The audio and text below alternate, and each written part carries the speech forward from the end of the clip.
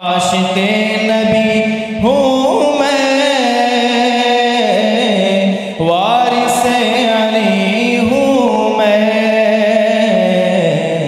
میں لہو نہ پائے گا حشر تک کفن میرا، میں لہو نہ پائے گا حشر تک کفن میرا، میں لہو نہ پائے گا حشر تک کفن میرا۔ الحمدللہ الحنان المنان الذي خلق الإنسان وعلمه البيان، والصلاة والسلام على رسوله سيد الإنس والجان وعلى آله وأصحابه ذوي الخير والإحسان، أما بعد فأعوذ بالله من الشيطان الرجيم، بسم الله الرحمن الرحيم۔ من المؤمنين رجال صدقوا ما عاهدوا الله عليه، فمنهم من قضى نحبه ومنهم من ينتظر وما بدلوا تبديلا، صدق الله مولانا العظيم۔ بارگاہ رسالت معاب صلی اللہ تعالیٰ علیہ وسلم میں درود پاک کا ہدیہ پیش کریں۔ اللہم صلی علی سیدنا و مولانا محمد معدن الجود والکرم وآلہ واصحابہ الکرام وابنہ الکریم وبارک وسلم۔ عزیزان گرامی وقار، آج کی اس محفل پاک میں ان عظیم قدسی صفات ہستیوں کا تذکرہ کرنا میں بجا سمجھتا ہوں، جن کا ایک ایک لمحہ اسلام کی آبیاری کے لیے وقف ہو چکا تھا۔ آج ہماری خلاصہ تقریر اور ہمارے بیان کا لب لباب ہوگا رسول کریم صلی اللہ تعالیٰ علیہ وسلم کے جانثار صحابہ کی سیرت طیبہ۔ ایک بات سب سے پہلے میں آپ کو واضح کر کے چلوں، صحابہ کرام کو چھوڑ دو گے تو تمہارا دین بھی نہیں رہے گا۔ یہ آج کے زمانے میں مجھے بتانا بہت ضروری ہے۔ اللہ کے نبی صلی اللہ تعالیٰ علیہ وسلم نے ان مقدس نفوس کی خود اپنی احادیث میں تعریف فرمائی، بلکہ خود میرے مولا نے ان کی فضیلت میں آیتیں نازل فرمائی۔ رب تعالیٰ قرآن میں فرماتا ہے رضی اللہ عنہم ورضوا عنہ، اللہ ان سے راضی ہوا اور یہ اللہ سے راضی ہو گئے۔ یہ صحابہ اکرام رضوان اللہ تعالیٰ علیہ مجمعین کے لیے ہی بات آئی ہے، جن کے بارے میں اللہ فرما رہا ہے کہ اللہ ان سے راضی ہو گیا، پھر دنیا میں ان کو اس سے بڑا مقام اور کیا دیا جائے۔ اللہ جن سے راضی ہو گیا۔ میرے عزیزو، اللہ تعالیٰ قرآن میں ان کے متعلق فرماتا ہے لوگوں میں سے، مومنین میں سے کچھ وہ ہیں جنہوں نے اللہ سے کیا ہوا وعدہ پورا کر دیا۔ وہ کون ہیں؟ وہ صحابہ ہیں۔ اور ایک جگہ پر اللہ تعالیٰ یوں فرماتا ہے والسابقون الاولون من المہاجرین والانصار، مہاجرین اور انصار صحابہ میں سے جو سب سے پہلے ایمان لانے والے لوگ ہیں، ان کے متعلق بھی رب تعالیٰ فرماتا ہے رضی اللہ عنہم ورضوا عنہ وأعد لهم جنات تجری تحتها الانہار خالدین فیہا۔ اللہ ان سے راضی ہو گیا اور وہ اللہ سے راضی ہیں، اور ان کے لیے اللہ نے ایسی جنتیں تیار کی ہیں جس میں نہریں بہہ رہی ہیں۔ ان نفوس قدسیہ کے لیے دنیا میں ہی بشارت دے دی گئی۔ وجہ یہ ہے کہ انہوں نے حق ادا کیا حضور اکرم صلی اللہ تعالیٰ علیہ وسلم کے دوست بننے کا اور صحابیت کا۔ رسول کریم صلی اللہ تعالیٰ علیہ وسلم کی زندگی میں جتنے لوگ آپ کے قریب آئے، میں یہاں پہلے یہ بھی بتا دوں گا کہ صحابی کہتے کسے ہیں۔ صحابی کون ہے؟ وہ پوری ڈیفینیشن معلوم ہونی چاہیے آپ کو، جو حالت اسلام میں میرے آقا صلی اللہ تعالیٰ علیہ وسلم کی زندگی میں ایک بار بھی زیارت کیا ہو اور حالت اسلام میں ہی انتقال بھی ہوا ہو، اسے کیا کہتے ہیں؟ صحابی۔ جو حالت اسلام میں حضور کی زیارت کیا ہو اور اسلام کی حالت میں ہی انتقال بھی ہوا ہو. حضور اکرم صلی اللہ تعالیٰ علیہ وسلم کو خواہ ایک لمحے کے لیے بھی دیکھا ہو، وہ صحابی ہیں. اب اس سے یہ تعریف سے میں کیوں بتانا چاہتا ہوں، کیونکہ رسول کریم صلی اللہ علیہ وسلم کے زمانے میں بہت سارے لوگ تھے. حضور کو دیکھیں، ابو جہل دیکھا ہے، ابو لہب دیکھا ہے، لیکن وہ حالت اسلام میں نہیں دیکھا، انہوں نے کفر کی حالت میں دیکھا. صحابی وہ ہوتا ہے جو حالت ایمان میں دیکھا ہو. اور کچھ وہ لوگ ہیں جو ایمان تو لائے تھے رسول کریم صلی اللہ تعالیٰ علیہ وسلم پر، لیکن حضور کی وفات کے بعد کچھ لوگ اس میں سے مرتد بھی ہوئے ہیں، دین چھوڑ دیے. کچھ ہوں گے گنتی کے، تو وہ ان کو بھی صحابی نہیں کہا جاتا، کیونکہ جس کا کفر پر خاتمہ ہوا وہ صحابی نہیں. صحابی کے لیے دو شرطیں مین ہیں: حالت اسلام میں حضور صلی اللہ علیہ وسلم کو دیکھا ہو اور حالت اسلام میں ہی دنیا سے رخصت بھی ہوا ہو، وہ صحابی ہے. اب صحابی جن کو اللہ تبارک و تعالیٰ نے یہ مقام عطا فرمایا ہے، وہ عام مقام نہیں ہے، بلکہ بزرگوں نے لکھا ہے قیامت تک جتنے اچھے لوگ پیدا ہو سکتے تھے ان سب کو جمع کر کے اللہ نے میرے نبی کا صحابی بنا دیا. ان سے اچھا دنیا میں کبھی کوئی آئے گا نہیں، قیامت تک صحابہ سے اچھا پھر کوئی نہیں آئے گا. جو سب سے اچھے تھے دنیا میں ان کو اللہ تعالیٰ نے رسول اکرم صلی اللہ علیہ وسلم کا صحابی بنایا. ایک بات اور بھی میں آپ کو بتا دوں، اسلام میں پورے امت کا اجماع ہے اس بات پر کہ کسی بھی صحابی کی شان میں گستاخی جائز نہیں. الصحابہ کلہم عدول، جتنے صحابی ہیں سب کے سب عادل تھے، پرہیزگار تھے، ان میں سے ایک بھی بگڑا ہوا یا گمراہ نہیں، ایک بھی صحابی کو. صحابہ کتنے تھے میرے عزیزو؟ آج افسوس ہے کہ اس امت کو صحابہ سے دور کر دیا گیا ہے، اور صحابہ اکرام کی سیرت کی بجائے دوسروں کے کیریکٹر پڑھنے میں ان کو مصروف کر دیا گیا ہے. لوگ ناولیں پڑھ رہے ہیں، بہت سارے لٹریچر پڑھتے ہیں، فلمیں دیکھتے ہیں، ڈائلاگ سے یاد کرتے ہیں، لیکن ان کی باتیں کیوں نہیں یاد کرتے جنہوں نے اپنی جان کا آخری حصہ بھی میرے نبی کے قدموں میں قربان کیا ہے. ان صحابہ اکرام کے اگر تفصیلی واقعات میں ذکر کروں تو صحابہ کی تعداد تو کم و بیش 1,20,000 یا 24,000 ہے.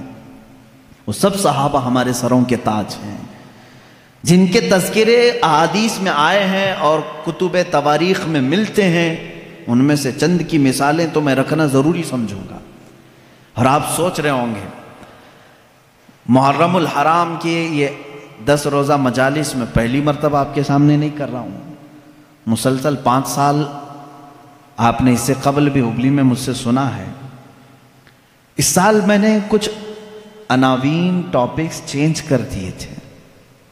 یہ جو موضوعات ہیں اس کی ایک بڑی وجہ یہ ہے اہل سنت و جماعت اور حق مذہب کیا ہے یہ واضح کرنا آج مجھے ضروری ہے.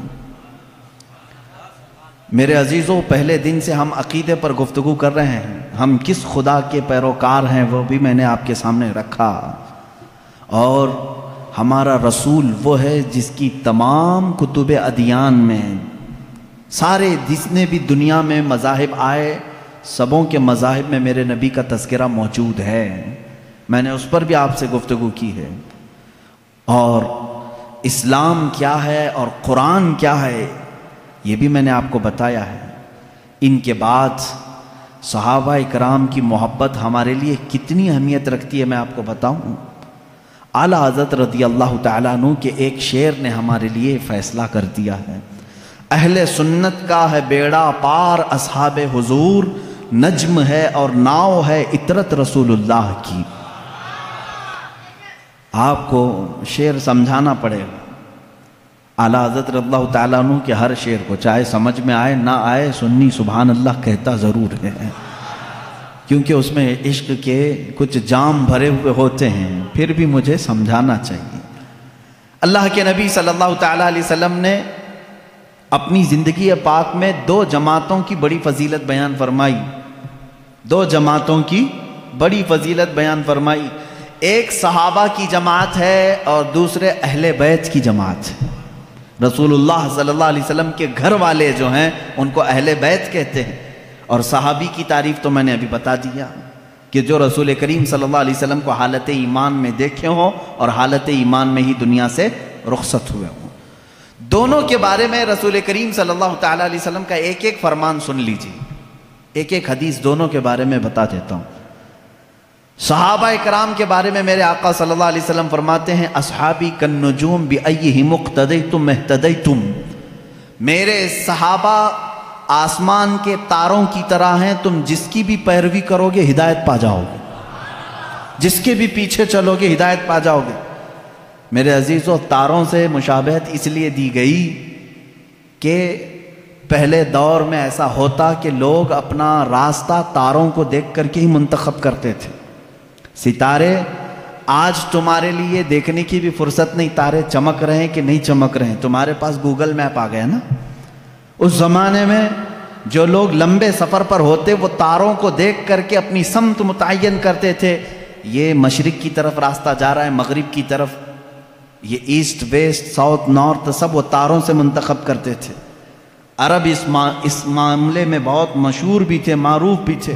اتنا ہی نہیں, جو سمندروں کے سفر میں جاتے ہیں, اور آج بھی سمندروں کے سفر میں کشتیاں ہوں تو وہ تاروں سے, ستاروں سے اپنے راستے منتخب کرتے ہیں. جو تاروں کا علم رکھتے ہیں انہیں معلوم ہے کہ کون سا تارا چمکتا ہے اور وہ کس سمت میں دکھاتا ہے راستہ. علم نجوم کے جو ماہر ہیں وہ جانتے ہیں. عربی میں تارے کو نجم کہتے ہیں. کیا کہتے ہیں؟ نجم. اور اس کی پلورل ہے, جمع ہے نجوم. نجوم, حضور اکرم صلی اللہ علیہ وسلم نے صحابہ کو کہا یہ نجوم ہیں, ہدایت کے تارے ہیں, تم جس تارے کے پیچھے بھی چلو گے ہدایت پا جاؤ. یہ تارے عام طور پر کہاں پر ہدایت دیتے ہیں؟ کشتی میں, سمندر کے سفر میں بہت زیادہ ان کی ضرورت ہوتی ہے. کیونکہ راستہ چلتے وقت ہو سکتا ہے تم کہیں کسی سے پوچھ کر کے راستہ طے کر لو گے. سمندر کے سفر میں کوئی ملتا نہیں سوائے مچھلیوں کی, کسے راستہ پوچھو گے؟ جب بیچ سمندر میں کشتی پہنچتی ہے تو وہاں ایسٹ ویسٹ ساؤتھ نارتھ کچھ بھی نہیں معلوم پڑتا, جہاز کس طرف جا رہے ہیں. تو وہاں تاروں سے ہی راستہ منتخب کیا جاتا ہے, معین کیا جاتا ہے. ایک حدیث میں نے صحابہ کے متعلق سنائی. دوسری حدیث سنیں. اللہ کے نبی صلی اللہ تعالیٰ علیہ وسلم فرماتے ہیں الا ان مثل اہل بیتی کمثل سفینۃ نوح من رکبها نجا ومن تخلف عنها ہلک, او کما قال النبی صلی اللہ علیہ وسلم. اللہ کے حبیب صلی اللہ تعالیٰ علیہ وسلم فرماتے ہیں خبردار, میرے اہل بیت, میرے گھر والے, اہل بیت سمجھتے ہیں نا, میرے اہل بیت نوح علیہ السلام کی کشتی کی طرح ہیں. نوح علیہ السلام کی کشتی, آپ کو واقعہ معلوم ہوگا, پوری دنیا ڈوب گئی تھی مگر نوح علیہ السلام کی کشتی تیر رہی تھی. پہاڑ تک ڈوب چکے تھے پانی میں, پہاڑ تک ڈوب چکے تھے, لیکن نوح علیہ السلام کی کشتی پانی پر چل رہی تھی, اور اس کشتی میں جتنے لوگ تھے وہ محفوظ تھے. اب میرے آقا صلی اللہ علیہ وسلم کی حدیث سنو. فرماتے ہیں رسول کریم صلی اللہ علیہ وسلم میری اہل بیت, میرے گھر والوں کی مثال نوح علیہ السلام کی کشتی کی طرح ہے. جو ان کے ساتھ ہو گیا وہ نجات پا گیا. جیسے جو نوح علیہ السلام کی کشتی میں بیٹھا وہ ہدایت پا گیا, صحیح طریقے سے باہر نکل گیا, اور جو اہل بیت کا دامن پکڑا وہ نکل گیا, یعنی اس دنیا میں گمراہ ہونے سے محفوظ رہا. اب دیکھیں, اس کو کہا ہے کشتی. حضور اکرم صلی اللہ علیہ وسلم نے اہل بیت کو کیا کہا ہے؟ کشتی. اور صحابہ کو کیا کہا ہے؟ نجم, ستارے. ستاروں کی ضرورت اسی وقت ہوتی ہے جب کشتی سمندر میں ہوتی ہے. دونوں کی مماثلت دیکھیں سمندر کے سفر میں. اب یہاں سے ایک بات سمجھ میں آئی کہ اگر تمہیں سمندر کا سفر کرنا ہے اور تم کہتے ہو صرف تارے دیکھ کر کے میں چلوں گا, ڈوب جاؤ گے. تمہیں کیا چاہیے؟ کشتی چاہیے.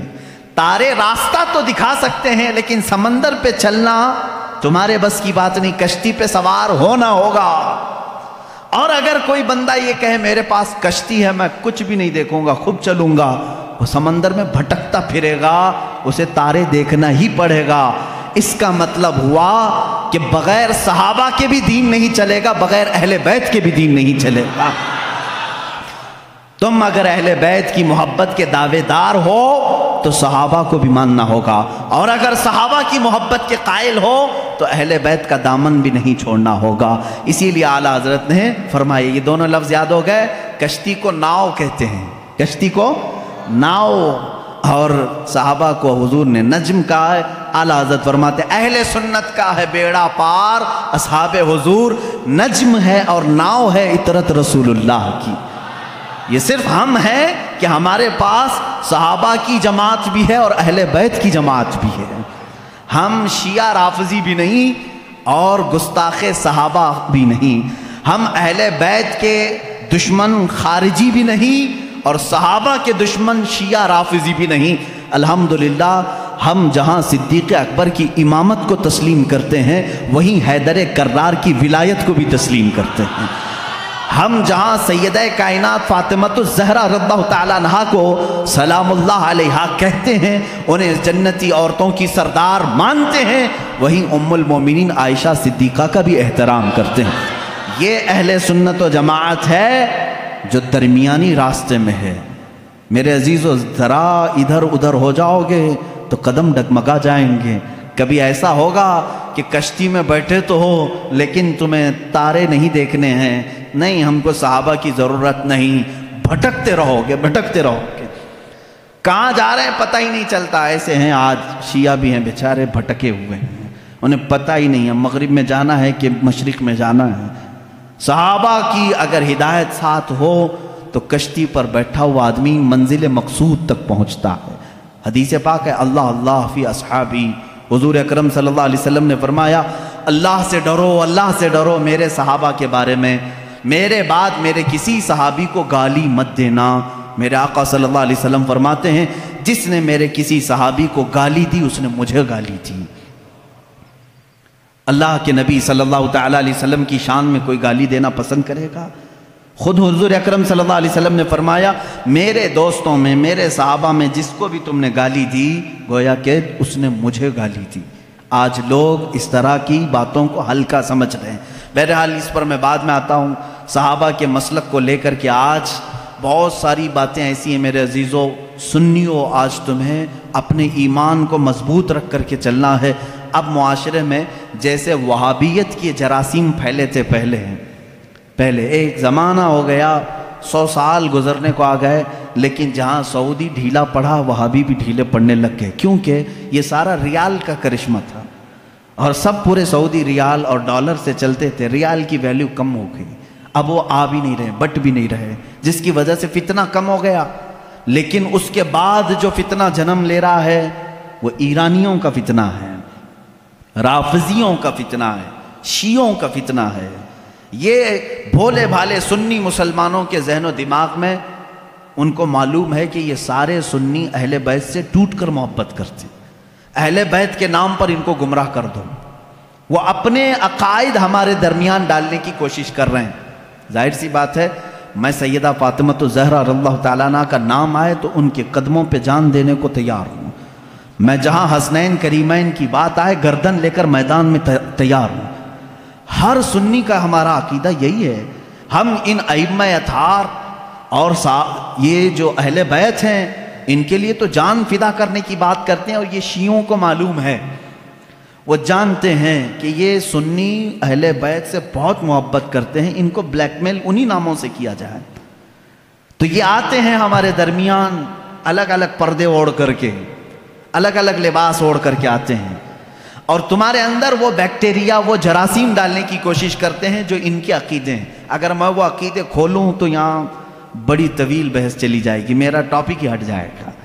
بعد میں بات یہ ہو جائے گی کہ پوری تقریر اسی پر ہونا پڑے گی کہ ان کے عقائد آج جامع ازہر میں ہم نے پڑھا بھی ہے۔ یہ لوگ حضرت علی کرم اللہ وجہہ الکریم کو انبیاء اکرام سے افضل کہتے ہیں۔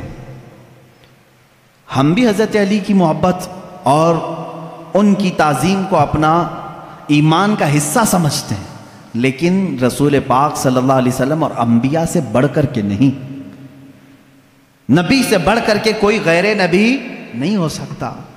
اور یہ مولا علی کرم اللہ وجہہ الکریم کے متعلق بعض شیعہ تو یہاں تک کہتے ہیں، معاذ اللہ اب بھی موجود ہے انٹرنیٹ پر ایسے ویڈیو کلپس بھی موجود ہیں، کچھ شیعہ یہ تک کہہ جاتے ہیں اللہ فاطمہ زہرا کے گھر کو اپنی داڑھی سے جھاڑو لگاتا ہے، معاذ اللہ رب العالمین، نعوذ باللہ من ذالک۔ یہ ایسے جملے ہیں جس کو کہنے سے بھی دل کتراتا ہے۔ اہل بیت کی محبت سر آنکھوں پر، لیکن ان کو خدا کے درجے تک پہنچانا یہ شرک ہے۔ یہی تو عیسائیوں نے کیا۔ عیسائی پہلے صحیح مومن تھے، لیکن چلتے چلتے بعد میں انہوں نے عیسیٰ علیہ السلام کو خدا کا بیٹا کہنا شروع کر دیا، حضرت مریم کو خدا کی بیوی کہنا شروع کر دیا۔ اسی طرح شیعہ بگڑ گئے۔ سارے شیعوں کی بات نہیں کر رہا، اس میں کچھ فرقے ہیں جو غلات ہیں، غالی شیعہ ہیں، اللہ ان کی نحوستوں سے محفوظ رکھے۔ اسی لیے میرے عزیزو، اہل سنت و جماعت کا دامن کبھی ترک نہ کرنا، کبھی نہ چھوڑنا۔ یہ ایسا درمیانی راستہ ہے جس مسلک میں آج ہمیں صحابہ کی تعظیم بھی سکھائی جاتی ہے اور اہل بیت اطہار کی تعظیم بھی سکھائی جاتی ہے۔ یہاں ایک بال برابر بھی ہمیں ادھر سے ادھر ہونے نہیں دیا جائے گا، ایک بات سمجھ کر کے چلیں۔ اور جب ایسے موضوعات چھڑ جائیں کہیں مجلسوں میں، یہ بات بھی سمجھ کے چلو، صحابہ کو ایک طرف لے کر کے، اہل بیت کو ایک طرف لے کر کے، آج انٹرنیٹ پر کچھ ایسے مناظرے کرنے والے ہیں، فیس بک کے مناظر بہت سے ہیں، سوشل میڈیا کے بڑے بڑے مناظر ہیں، نکڑ پر بیٹھ کر کے اور گٹر پہ بیٹھ کر کے مناظرے کرتے رہتے ہیں۔ کس بات پر؟ کہ صدیق اکبر افضل ہیں، کہ مولا علی افضل ہیں، فاطمہ زہرا خطا پر تھیں، کہ حضرت ابو بکر خطا پر تھے۔ معاذ اللہ، تم ہوتے کون ہو ان باتوں کو چھیڑنے والے؟ 14 صدیاں گزر گئیں، نہ تم ان کے زمانے میں ہو، نہ تمہارے باپ داداؤں نے انہیں دیکھا ہے، اور آج بیٹھ کر کے تمہارا ایمان کتنا ہے، تمہارا عمل کتنا ہے، تمہارا علم کتنا ہے، اتنی مقدس ہستیوں پر تم آج انٹرنیٹ پر بیٹھ کر کے مناظرے کر رہے ہو۔ ان بحثوں کو چھوڑو، شیطان یہاں تمہارا ایمان تباہ کر دے گا۔ جب ایسی باتیں آ جائیں، صحابہ اکرام کے آپس کے جو بھی معاملات ہوئے ہیں، تو ان باتوں کو جب بھی کوئی تمہارے درمیان چھیڑے تو اتنا کہیں کہ ان دونوں کا معاملہ وہ حل کرے گا جو ان دونوں سے بڑا ہوگا۔ میں کون ہوں؟ میں تو 14 صدیوں کے بعد آیا ہوا ایک چھوٹا سا بچہ ہوں۔ اگر ان صحابہ کے درمیان کچھ معاملات ہوئے ہیں تو اللہ موجود ہے، رسول کریم صلی اللہ علیہ وسلم ان کے سرپرست ہیں، دیکھا جائے گا قیامت کے دن ان کے جو بھی معاملات ہوں گے اللہ ان کا فیصلہ فرمائے گا۔ تم کیوں اپنا ایمان خراب کرتے ہو؟ میری بات سمجھ میں آ رہی ہے؟ صحابہ اکرام کی بات آئے، اہل بیت کی بات آئے، یا ان کے آپسی کچھ بھی معاملات کی بات آئے، تو وہاں سے اپنا دامن اٹھا لینا، فوراً اس محفل کو چھوڑ دینا، اپنی رائے دینے کی بھی کوشش مت کرنا کہ کون صحیح تھا کون غلط تھا۔ یہ تمام معاملات میں اپنی رائے بھی مت دو، اس لیے کہ پھر تمہاری بھی پکڑ ہوگی۔ جس دن تم یہ کہو گے تو قیامت کے دن تم سے بھی پوچھا جائے گا، تم ان دو بڑے لوگوں کے درمیان فیصلہ کرنے کے لیے بیٹھے تھے، پہلے تو بتا تیرے اعمال کہاں ہے، تم فیصلہ کرنے کے قابل ہو؟ اس لیے میرا تو طریقہ یہ ہے، جب بڑوں کی بات آئے، بزرگان دین، سلف صالحین، صحابہ تابعین کی بات آئے، کچھ بھی ان کے درمیان اگر اختلاف بھی ہوا ہو تو ان تمام اختلافات کو اللہ کے حوالے کر دو، اللہ رب العزت کے حوالے کر دو، وہ احکم الحاکمین ہے، قیامت کے دن فیصلہ فرمائے گا۔ عزیزان گرامی وقار، صحابہ اکرام کے بارے میں آج کیوں کہہ رہا ہوں آپ کو معلوم ہے؟ آپ رسول کریم صلی اللہ تعالیٰ علیہ وسلم پر ایمان لاتے ہیں، حضور کو خاتم النبیین مانتے ہیں، اللہ کے نبی صلی اللہ تعالیٰ علیہ وسلم کی ہر بات کو تسلیم کرتے ہیں، رسول کریم صلی اللہ تعالیٰ علیہ وسلم کی ہر بات کو تسلیم کرتے ہیں۔ اب چلیے آپ مسلمان ہیں، مجھے یہ بتاؤ رسول کریم صلی اللہ تعالیٰ علیہ وسلم نے کب آپ سے کہا کہ فجر کی نماز پڑھو، ظہر کی نماز پڑھو، عصر کی نماز پڑھو؟ آپ سے ڈائریکٹ آ کر کے حضور نے فرمایا؟ نہیں فرمایا۔ حضور اکرم صلی اللہ علیہ وسلم نے کس سے فرمایا؟ کس سے فرمایا؟ اپنے صحابہ سے فرمایا۔ جو کچھ بھی میرے آقا کی زبان سے نکلا وہ پورا کیا ہے؟ دین ہے۔ وہ پورا کیا ہے؟ دین ہے۔ قرآن میرے آقا کی زبان سے نکلا، اللہ تعالیٰ نے وہی فرمائی اور حضور نے پڑھ کر سنایا۔ کس کو سنایا؟ صحابہ کو سنایا۔ رمضان کے 30 روزے رکھنا ہے، حضور نے کس کو بتایا؟ صحابہ کو بتایا۔ حج فرض ہے میرے آقا نے کس کو بتایا؟ صحابہ کو بتایا۔ زکوٰۃ فرض ہے میرے آقا نے کس کو بتایا؟ یہ میرا پورا دین میرے آقا نے صحابہ کو بتایا۔ اگر ان صحابہ کو ہٹا دیا جائے تو پھر ہمارا دین کچھ بھی نہیں ہے۔ ہم تک اگر دین کو منتقل کیا ہے، ٹرانسفر کیا ہے، تو کس نے کیا؟ صحابہ اکرام نے۔ ان کو چھوڑ کر کے تم کوئی فیصلہ نہیں لے سکتے۔ صحابہ اکرام رضوان اللہ تعالیٰ علیہم اجمعین نے روایتیں کی، حضور صلی اللہ علیہ وسلم کی باتیں ہم تک منتقل کی۔ ارے یہ قرآن جس پر کل آپ نے پوری مفصل گفتگو سنی ہے، یہ پورا قرآن بھی اگر محفوظ ہم تک پہنچانے میں بڑا کردار ادا کیا ہے تو صحابہ اکرام نے کیا۔ حضور صلی اللہ علیہ وسلم سے انہوں نے جتنا سنا تھا سب کچھ انہوں نے لکھا اور جمع کیا، اور امت بعد میں آنے والی امت کو یہ امانت پہنچائی۔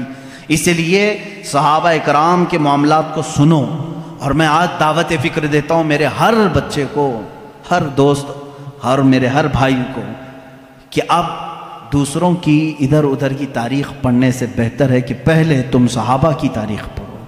یہ تمہیں رسول کریم صلی اللہ تعالیٰ علیہ وسلم کا حقیقی عشق اور محبت سکھاتے ہیں۔ ہم تو تقریروں میں بتاتے ہیں، یہ الگ معاملہ ہے، لیکن صحابہ جو اپنے عمل سے بتاتے ہیں اس کی مثال ملتی نہیں ملے گی۔ رسول کریم صلی اللہ تعالیٰ علیہ وسلم کی جو اطاعت، فرما برداری، جو حضور اکرم صلی اللہ علیہ وسلم کا ادب و احترام انہوں نے کہہ کر کے نہیں کر کے دکھایا ہے، وہ اس کی کوئی بھی مثال آج تک نہیں ملتی۔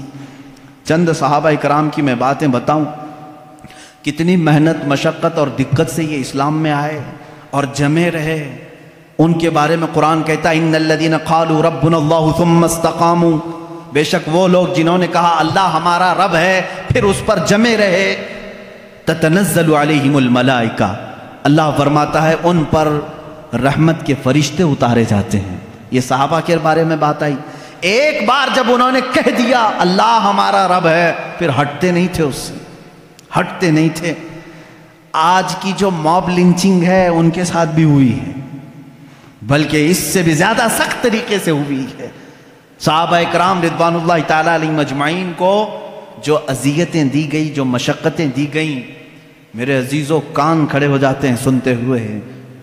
ان میں جو اذیتیں سہنے والے حضرت خباب بن الارت رضی اللہ تعالیٰ عنہ، جب یہ مدینہ طیبہ آئے، حضرت خباب رضی اللہ تعالیٰ عنہ، ان کی پیٹھ پوری گل چکی تھی۔ کس وجہ سے؟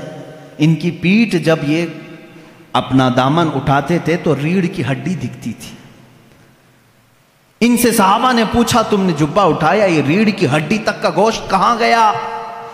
کہتے کہ جب میں ایمان لایا تھا مکہ میں، یہ کفار مکہ مجھے پکڑ کر کے انگار کے کوئلوں پر لٹاتے تھے، اور پھر میرے سینے پر پیر رکھ کر کھڑے ہو جاتے تھے، نیچے سے کوئلے میری چربی سے پگھل جاتے تھے، پھر ان انگاروں کو دھکایا جاتا تھا۔ حضرت عمر فاروق رضی اللہ تعالیٰ عنہ کی آنکھیں بھیگ گئیں، کہنے لگے اے خباب تم اور بلال دونوں نے یہ تکلیفیں اٹھائی ہیں۔ بلال حبشی کے ساتھ بھی یہی ہوتا تھا۔ حضرت خباب نے کہا بلال حبشی کو تو آزاد کرانے کے لیے ابو بکر صدیق آئے تھے، لیکن مجھے تو آزاد کرانے والا کوئی بھی نہیں تھا۔ حضرت خباب رضی اللہ تعالیٰ عنہ کو مسلسل 3 سال تک جلایا گیا ہے، 3 سال تک جلایا گیا ہے، پکڑے جاتے تھے، بار بار پکڑتے تھے، ان کو جلاتے تھے۔ حضرت بلال حبشی رضی اللہ تعالیٰ عنہ کا ایمان تو دیکھیں، ان کا آقا امیہ تھا صرف اس بات پر کہ یہ رسول کریم صلی اللہ علیہ وسلم پر ایمان لائے۔ اچھا جو سب سے پہلے 6 لوگ اسلام لائے، سب سے پہلے جو 6 لوگ اسلام لائے ان میں سے ایک نام حضرت بلال حبشی کا ہے۔ سٹارٹنگ بالکل، جس میں حضرت ابو بکر صدیق رضی اللہ تعالیٰ عنہ، حضرت علی کرم اللہ وجہہ الکریم، سیدہ خدیجۃ الکبریٰ رضی اللہ تعالیٰ عنہ، حضرت زید رضی اللہ تعالیٰ عنہ، حضرت بلال حبشی رضی اللہ تعالیٰ عنہ، ان کے نام آتے ہیں۔ یہ وہ لوگ ہیں جو سب سے پہلے ایمان لانے والوں میں سے۔ حضرت بلال کو ان کا آقا پکڑتا تھا اور وہ کہتا تھا کیا میں تیرا رب نہیں ہوں؟ حضرت بلال کہتے تھے نا، ربنا اللہ، ہمارا رب تو اللہ ہے، تو رب ہو ہی نہیں سکتا۔ اس کے غلام تھے وہ، اس وقت غلامی کا دور تھا، آقا جو کہے غلام کو ماننا پڑتا تھا۔ وہ اپنے 2 بدماش بیٹوں کے ہاتھ میں دے دیتا تھا، حضرت بلال رضی اللہ تعالیٰ عنہ کو ایک بڑے ڈرم میں وہ ڈال کر کے دن بھر اس کا ڈھکنا بند کر کے رکھتے تھے۔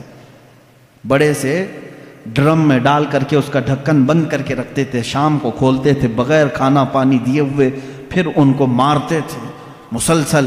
اور ایک دن تو اوباش لڑکوں کے ہاتھ میں ان کے آقا نے پیر میں رسی باندھ کر کے دے دیا، وہ بدماش لڑکے مکہ کی گلیوں میں حضرت بلال کو کھینچتے ہوئے لے جاتے تھے، اور وہ مکہ کی تپتی ہوئی گلیاں جب دھوپ چلچلاتی رہتی تھی اس میں حضرت بلال کو ننگی پیٹ وہ کھینچتے ہوئے لے جاتے تھے، اور مکہ والے یہ منظر دیکھنے کو جمع ہوتے تھے تو سارے لوگ آتے تھے تو حضرت بلال مسکرا کر کہتے تھے، اے مکہ والو، اللہ ایک ہے، اللہ ایک ہے۔ یہ اس زمانے میں کہہ رہے تھے جب ہر جگہ بتوں کی پوجا تھی۔ مکہ میں خانہ کعبہ کے اندر بت رکھے گئے تھے، خانہ کعبہ کے اندر بت تھے، ان کے درمیان بلال حبشی اعلان کر رہے تھے، اے میرے عزیزو، ان کے ایمان کو ہم میں سے کون پہنچ سکتا ہے؟ آج ہم پر تھوڑی سی آفت بھی نہیں ٹوٹی کہ لوگ اپنا اسلام چھپانا شروع کر دیے، آج لوگ مصلحت کی بات کرنے لگ گئے۔ زمانہ ایسا ہے مولانا، اب تو سوچ سمجھ کے چلنا پڑتا ہے۔ میرے بھائی اب کی بات کر رہے ہو، کیا بلال حبشی کا زمانہ اچھا تھا؟ وہ زمانہ کتنا خطرناک تھا، کیا وہ زمانہ آج ہے تمہارے ساتھ؟ لوگ آج ہم سے کہتے ہیں نہیں اب ویسا نہیں چلے گا، اب تھوڑا سا زمانہ بدل گیا۔ اب زمانہ بدلا نہیں، یہ اللہ کا شکر ادا کرو کہ اب بھی اللہ نے تمہیں سجدوں کی اجازت دی ہے، یہ مہلت رکھی ہے، آزادی ہے آج بھی، پھر بھی تم مصلحت کی بات کرتے ہو۔ نہیں، سب کو راضی کرنے کے لیے اس بلال حبشی کو قیامت کے دن تمہیں منہ دکھانا ہوگا جو سارے بتوں کے بیچ میں کھڑے ہو کر کے کہتے تھے ربنا اللہ، ہمارا رب اللہ ہے، اللہ احد، اللہ احد، اللہ ایک ہے، اللہ ایک ہے۔ انہیں مارا جاتا تھا، اتنا مارا گیا حضرت بلال حبشی رضی اللہ تعالیٰ عنہ کو کہ پورے جسم میں اس کے داغ تھے، پورے جسم میں داغ تھے۔ اور ایک صحابی حضرت یاسر رضی اللہ تعالیٰ عنہ، یہ تو یمن سے چلے تھے اپنے گمشدہ بھائی کو ڈھونڈنے کے لیے، یہ آئے مکہ میں بھائی کو ڈھونڈنے کے لیے آئے تھے، ان کا ایک بھائی گم ہو گیا تھا، لیکن جب رسول کریم صلی اللہ علیہ وسلم کو دیکھے تو واپس نہ جانے کی بات کر کے وہیں ٹھہر گئے۔ وہ یمن کے رہنے والے تھے، کہا کہ اب اس زمین کو چھوڑ کر نہیں جاؤں گا، کہ اس لیے کہ اس چہرے کو دیکھنے میں آنکھوں کا ایک سکون ہی الگ ہے۔ وہ اپنے گمشدہ بھائی کو ڈھونڈنے کے لیے آئے تھے، حضرت یاسر رضی اللہ تعالیٰ ایمان لائے، اور وہیں پر ان کا نکاح ہوا حضرت سمیہ سے۔ حضرت سمیہ ان کے نکاح میں آئی، ان دونوں کے نکاح کے بعد ان کے بیٹے پیدا ہوئے عمار رضی اللہ تعالیٰ عنہ۔ یہ پورا ایک خاندان، ایک فیملی کو بتا رہا ہوں میں، یاسر، سمیہ اور عمار، یہ تینوں ایک گھرانہ ایسا ہے، محبت رسول صلی اللہ علیہ وسلم میں ایک دن بھی ان کو چھوڑا نہیں گیا، ایک دن بھی نہیں چھوڑا گیا۔ یہ مکہ کے ابتدائی حالات میں بتا رہا ہوں آپ کو، جب حضور اکرم صلی اللہ علیہ وسلم کے صحابہ میں صرف 40 صحابہ بھی ابھی نہیں تھے، اور سخت ترین اذیتیں کفار دیتے تھے، جہاں کسی کو پاتے اور خبر ہو جاتی کہ یہ محمد صلی اللہ علیہ وسلم کے دین پر آ گیا ہے، اس کے ساتھ بہت برا سلوک کرتے تھے۔ حضرت سمیہ کو ابو جہل نے ایک بار پکڑا اور گھوڑے کے پیروں سے باندھ دیا۔ کیسے؟ گھوڑے کے سامنے کے دونوں پیروں سے ان کے ہاتھ باندھے، گھوڑے کے دونوں پیچھے کے پیروں سے ان کے پیر باندھے اور گھوڑے کو دوڑایا۔ جب گھوڑا دوڑتا تھا تو ان کی ہڈیاں سرکتی تھیں، ایک ایک ہڈی ٹوٹتی چلی گئی۔ اس وقت پورے مجمع میں لوگ تماشا دیکھنے کے لیے کھڑے رہتے تھے۔ اللہ ان کی مرقد پر گوہر باری کرے۔ سیدہ سمیہ رضی اللہ تعالیٰ عنہ اس حالت میں بھی کہتی تھیں اللہ احد، اللہ احد، اللہ ایک ہے، اللہ ایک ہے، تم ہم سے ہمارا ایمان نہیں لے سکتے۔ یہاں تک کہ حضرت سمیہ رضی اللہ تعالیٰ عنہ کو گھوڑا دوڑاتے ہوئے لے آیا تو ابو جہل نے اپنے ایک نیزے سے ان کی شرمگاہ پر مارا، جس کی وجہ سے وہ شہادت پا گئیں۔ اسلام میں سب سے پہلی شہیدہ حضرت سیدہ سمیہ رضی اللہ تعالیٰ عنہ، سیدہ سمیہ، جن کو صرف اس بات پر شہید کر دیا گیا کہ وہ ایمان لائی تھی۔ اور جانتے ہیں آپ، حضرت سمیہ رضی اللہ تعالیٰ عنہ گھر گھر جاتی تھیں، عورتوں کو قرآن پڑھاتی بھی تھیں، لیکن انہوں نے یہ کام ترک نہیں کیا آخری وقت تک۔ انہیں مارا گیا، پیٹا گیا، آخر میں شہید بھی کر دیا گیا۔ یہ دکھ برداشت نہیں ہو سکا۔ حضرت یاسر جو ان کے شوہر تھے وہ اسی دکھ میں تھے کہ میں یمن سے آیا تھا یا نکاح کیا، میری بیوی کو میرے آنکھوں کے سامنے مارا انہوں نے۔ حضرت یاسر رضی اللہ تعالیٰ عنہ حضور صلی اللہ تعالیٰ علیہ وسلم کے پاس آئے، کہنے لگے آقا کیا کریں، غم برداشت نہیں ہوتا۔ اللہ کے نبی صلی اللہ علیہ وسلم نے فرمایا اصبروا فإن موعدکم الجنہ، تھوڑا اور صبر کرو، جنت تمہارے انتظار میں ہے۔ حضرت یاسر رضی اللہ تعالیٰ عنہ کو بھی ان کفار مکہ نے پکڑا اور ان کے ساتھ بھی بہت برا سلوک کیا، وہ بھی شہید ہوئے۔ یہ اسلام کے دو سب سے پہلے شہید ہیں۔ حضرت عمار جو بیٹے اکیلے بچ گئے تھے، جن کی آنکھوں کے سامنے ماں کو بھی مارا گیا ہو، باپ کو بھی مارا گیا ہو، ان کو کفار مکہ نے بلا کر کے سمجھایا، دیکھ تیری ماں بھی چلی گئی اور وہ بھی بری طرح زخمی تھی، ہڈیاں ٹوٹ گئی تھی، تیرے باپ بھی دنیا سے چلے گئے، تو اکیلا رہ گیا، کیوں محمد کے پیچھے لگا ہے صلی اللہ علیہ وسلم، کیوں تو اپنے مکہ والوں کو چڑھاتا ہے، چھوڑ دے اس دین کو، اس میں امن ہے، خیر ہے، ہم سارا مال تجھے دیتے ہیں اور تجارت میں تجھے ماہر بناتے ہیں۔ حضرت عمار نے کہا پہلے اگر بولتے تو ہو سکتا ہے کہ سوچا جاتا، میں اگر اپنے باپ اور اپنی ماں کے دین کو چھوڑوں تو غدار بیٹا کہلاؤں گا۔ مجھ سے یہ کیسے ممکن ہے کہ میں نے اپنے آنکھوں کے سامنے دیکھا کہ میرے باپ نے جاتے جاتے مجھے یہ وصیت کی ہے کہ مر جانا تو ایمان پر مرنا، میری ماں نے مجھے یہ سبق دیا ہے، موت آئے تو تجھے عشق رسول میں آئے، مجھ سے تم میرا ایمان نہیں لے سکتے۔ کافروں نے وہی کیا جو حضرت بلال کے ساتھ کرتے، بیچ راستے میں آگ جلائی اور اس پر حضرت عمار کو لٹا دیا، ان کی پیٹھ جلنے لگی، پیروں تک آگ لگی تھی، وہ رونے لگے۔ اسی اسنا میں میرے آقا صلی اللہ علیہ وسلم کا وہاں سے گزر ہو رہا تھا، حضور اکرم صلی اللہ تعالیٰ علیہ وسلم سے دیکھا نہ گیا۔ حضرت عمار نے پکار کر کے کہا یا رسول اللہ صلی اللہ علیہ وسلم، دیکھیں ان صحابہ کی محبت کو، ہم میں سے کوئی پہنچ سکتا ہے ان کی مقام کو؟ کیا کہتے ہیں جانتے ہیں حضرت عمار؟ آگ پر لیٹے ہوئے ہیں، کفار مکہ وہاں پر انہیں ظلم و اذیت دے رہے ہیں، اس وقت رسول پاک صلی اللہ علیہ وسلم کا گزر ہو رہا تھا، صرف اتنا کہا آقا اگر آپ اپنے عمار سے راضی ہیں تو میرے سامنے یہ آگ کچھ بھی نہیں، اگر آپ راضی ہیں تو میرے لیے آگ کی گرمی کچھ بھی نہیں ہے۔ اس مقام پر بھی وہ یہ کہہ رہے ہیں، یہ نہیں کہا جل گیا ہائے ہائے مجھے بچا لیں، کہہ رہے ہیں یا رسول اللہ اگر آپ راضی ہیں مجھ سے تو پھر یہ آگ کی تپش بھی میرے لیے کچھ نہیں ہے۔ اللہ کے نبی صلی اللہ علیہ وسلم نے کیا پڑھا جانتے ہیں اس وقت؟ کہا یا نارو کونی بردن و سلامن علی عمار ابن یاسر۔ یہ آیت تو حضرت ابراہیم علیہ السلام کے لیے قرآن میں آئی ہے۔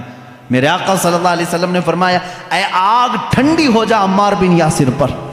حضرت عمار کہتے ہیں پھر ہجرت کرنے تک ہر ہفتے مکہ کے کفار مجھے آگ میں رکھتے، لیکن ہر بار آگ میرے لیے ٹھنڈی ہی ہوتی تھی، مجھے گرمی لگی ہی نہیں کبھی۔ حضرت عمار رضی اللہ تعالیٰ عنہ ان صحابہ میں سے جنہوں نے اسلام کے راستے پر اذیتیں اٹھائی مگر دامن رسول کبھی ترک نہیں کیا۔ عزیزان گرامی، ان صحابہ میں ایک لمبی فہرست ہے۔ رسول پاک صلی اللہ تعالیٰ علیہ وسلم کے لیے صحابہ نے صرف اپنی جانیں نہیں، اپنا مال بھی، اپنا وقت بھی، اپنی عزیز ترین خواہشات بھی، اپنی محبتیں سب قربان کیا ہے۔ کون سی چیز ہے جو انہوں نے نہیں چھوڑا؟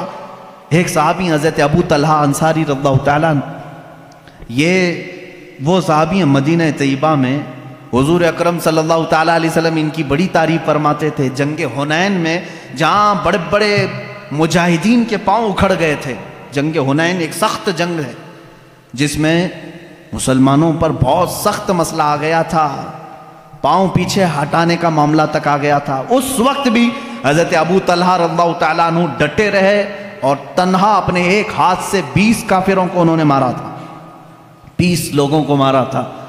صحابی رسول ان کے پاس بڑی بڑی فضیلتیں تھے، میرے آقا صلی اللہ تعالیٰ علیہ وسلم ان سے محبت فرماتے، جب مدینے میں کوئی مہمان آتا تو کہتے ابو طلحہ کے گھر بھیجا کرو، کیونکہ حضرت ابو طلحہ مہمانوں کی ایسی ضیافت کرتے تھے، اللہ اکبر۔ حضور اکرم صلی اللہ تعالیٰ علیہ وسلم کے گھر ایک مہمان آئے، حضور نے فرمایا ابو طلحہ لے جاؤ. لے کر کیا آئے؟ گھر آئے تو پتہ چلا بیوی نے کہا کھانا کچھ بھی نہیں ہے، ایک ہی آدمی کھا سکتا ہے، بچے بھی ہیں، آپ بھی ہیں، میں بھی ہوں، اور ایک مہمان کو آپ لے کر کے آئیں. حضرت ابو طلحہ نے کہا کوئی بات نہیں، بچوں کو سلا دو، بچوں کو تھپک کر سلا دو، کل ان کے لیے دیکھا جائے گا. اور رہی بات تیری اور میری، ہم رات کو صبر کر لیں گے. ہمارے کھانے میں سب سے پہلا حق مہمان رسول کا ہے. کون ہے جو اپنے گھر کی ایک کھانے کی مقدار کو آئے ہوئے مہمان کے لیے دے دے؟ اپنے بچوں کو سلا دیا، بیوی سے کہہ دیا، لیکن مہمان کو یہ بات معلوم ہونے نہ پائے کہ میرے گھر میں صرف ایک آدمی کا کھانا ہے. کہا دسترخوان بچھانا، کھانا رکھنا، لیکن اے میری شریک حیات چراغ بجھا دینا، چراغ گل کر دینا. ان کی بیوی نے دسترخوان پر کھانا رکھنے کے بعد چراغ بجھا دیا، چراغ بند ہو گیا، اندھیرا رہا. حضرت ابو طلحہ نے مہمان کے سامنے کھانے کی برتن آگے کی، کہا آپ کھاتے رہیں، میں بھی کھا رہا ہوں. آپ نے صرف منہ چلایا اور مہمان کو پیٹ بھر کر کھانا کھلایا. یہاں تک کہ صبح ہوئی، جب رات مہمان نے ابو طلحہ کے گھر گزاری، صبح ہوئی، رسول کریم صلی اللہ تعالیٰ علیہ وسلم کے پاس آپ آئے. میرے آقا صلی اللہ تعالیٰ علیہ وسلم نے مسکرایا اور ان کا استقبال کیا. ابھی کچھ بات ہوئی نہیں. حضور اکرم صلی اللہ علیہ وسلم نے فرمایا ابو طلحہ جبرائیل آئے تھے، کل رات تمہارے گھر جو ہوا مجھے بتا کر گئے ہیں کہ اللہ تبارک و تعالیٰ نے تمہارے لیے جنتی دسترخوان بچھایا ہے جو اپنے حبیب کے مہمان کو اپنے گھر میں ذرا وقت کے لیے شرمندہ ہونے نہیں دیتا. مولا اس ابو طلحہ کو کبھی زندگی میں شرمندہ نہیں کرے گا. یہ میرے آقا کی دعا تھی. اس ابو طلحہ رضی اللہ تعالیٰ عنہ کی بات میں کروں، مدینہ طیبہ کے قریب میں ان کا ایک باغیچہ تھا. یہ ایک دو صحابہ نہیں جو باغیچے رکھتے تھے، بڑے بڑے رئیس صحابہ بھی ہیں. اس میں سے حضرت ابو طلحہ انصاری رضی اللہ تعالیٰ، ان کے باغیچے کی خصوصیت یہ تھی کہ انہوں نے الگ الگ قسم کے درخت لگائے تھے، ورنہ مدینے میں سب کھجور کے درختوں والے باغیچے. ان کے باغیچے میں رنگ برنگے پھول بھی ہوتے تھے. ایک دن نماز پڑھ رہے تھے اپنے باغیچے میں، ایک پرندہ آیا اور بیٹھا. بڑا باغیچہ تھا اور ان کے باغیچے کو لوگ دیکھنے کے لیے آتے تھے. ابو طلحہ رضی اللہ تعالیٰ عنہ کے ایک پرندہ آیا نماز پڑھنے کے وقت، اور وہ بڑا خوبصورت پرندہ تھا، اس کی آواز بھی میٹھی تھی. وہ ایک ڈالی سے دوسری ڈالی، دوسری ڈالی سے تیسری ڈالی، اس طرح سے اچھل کود کر رہا تھا. آپ کو وہ بڑا اچھا لگا. آپ نماز کی حالت میں ہی اس کی طرف متوجہ ہو گئے. ہوتا ہے تھوڑی سی آواز آئے سب کی گردن پھر جاتی ہے، انسانی فطرت کا تقاضا ہے. حضرت ابو طلحہ رضی اللہ تعالیٰ عنہ اس پرندے کی آواز کی طرف متوجہ ہو گئے. یہاں تک کہ ظہر کی نماز تھی غالباً، اس کی آواز میں ایسا متوجہ ہو گئے کہ بھول گئے کتنی رکعت ہوئی تھی، 2 پڑھے تھے کہ 3 پڑھے تھے. آپ کو شک ہو گیا کہ میری 2 رکعت ہوئی کہ 3 رکعت ہوئی. پرندے کے چہچہانے نے مست کر دیا. پھر آپ نے سلام پھیرا، اپنی نماز پھر دوبارہ مکمل کر لی. دوڑتے ہوئے میرے آقا صلی اللہ علیہ وسلم کے پاس آئے. کہا یا رسول اللہ صلی اللہ علیہ وسلم، آپ کی بارگاہ میں خبر دینے آیا ہوں. آپ کو معلوم ہے میرا سب سے حسین باغیچہ ہے مدینے کے گرد و نواح میں؟ کہا ہاں معلوم ہے. حضرت ابو طلحہ نے کہا یا رسول اللہ صلی اللہ علیہ وسلم، آج میں اسی باغیچے میں نماز پڑھ رہا تھا، ظہر کے وقت ایک پرندہ چہچہانے لگا، میرا خیال اس طرف ہو گیا. کہا کیا ہوا پھر؟ کہا اس کی طرف اتنا متوجہ ہو گیا کہ میں نماز میں اپنی رکعت بھول گیا. لیکن یا رسول اللہ صلی اللہ علیہ وسلم، بعد میں نے اپنی نماز کو درست کر لیا، لیکن آپ کی بارگاہ میں آج اس لیے آیا ہوں آپ گواہ ہو جائیں، اس پورے باغیچے کو میں نے صدقہ کر دیا. کہا پورا اتنا قیمتی باغیچہ؟ کہا میں اس باغیچے کو رکھنا نہیں چاہتا جو مجھے میرے رب کی عبادت میں خلل پیدا کرے. میں اگر وہاں نہ گیا ہوتا، نہ وہ پرندہ آیا ہوتا، پورے درختوں کے باغیچے کو انہوں نے صرف اس بات پر وقف کر دیا، صدقے میں دے دیا.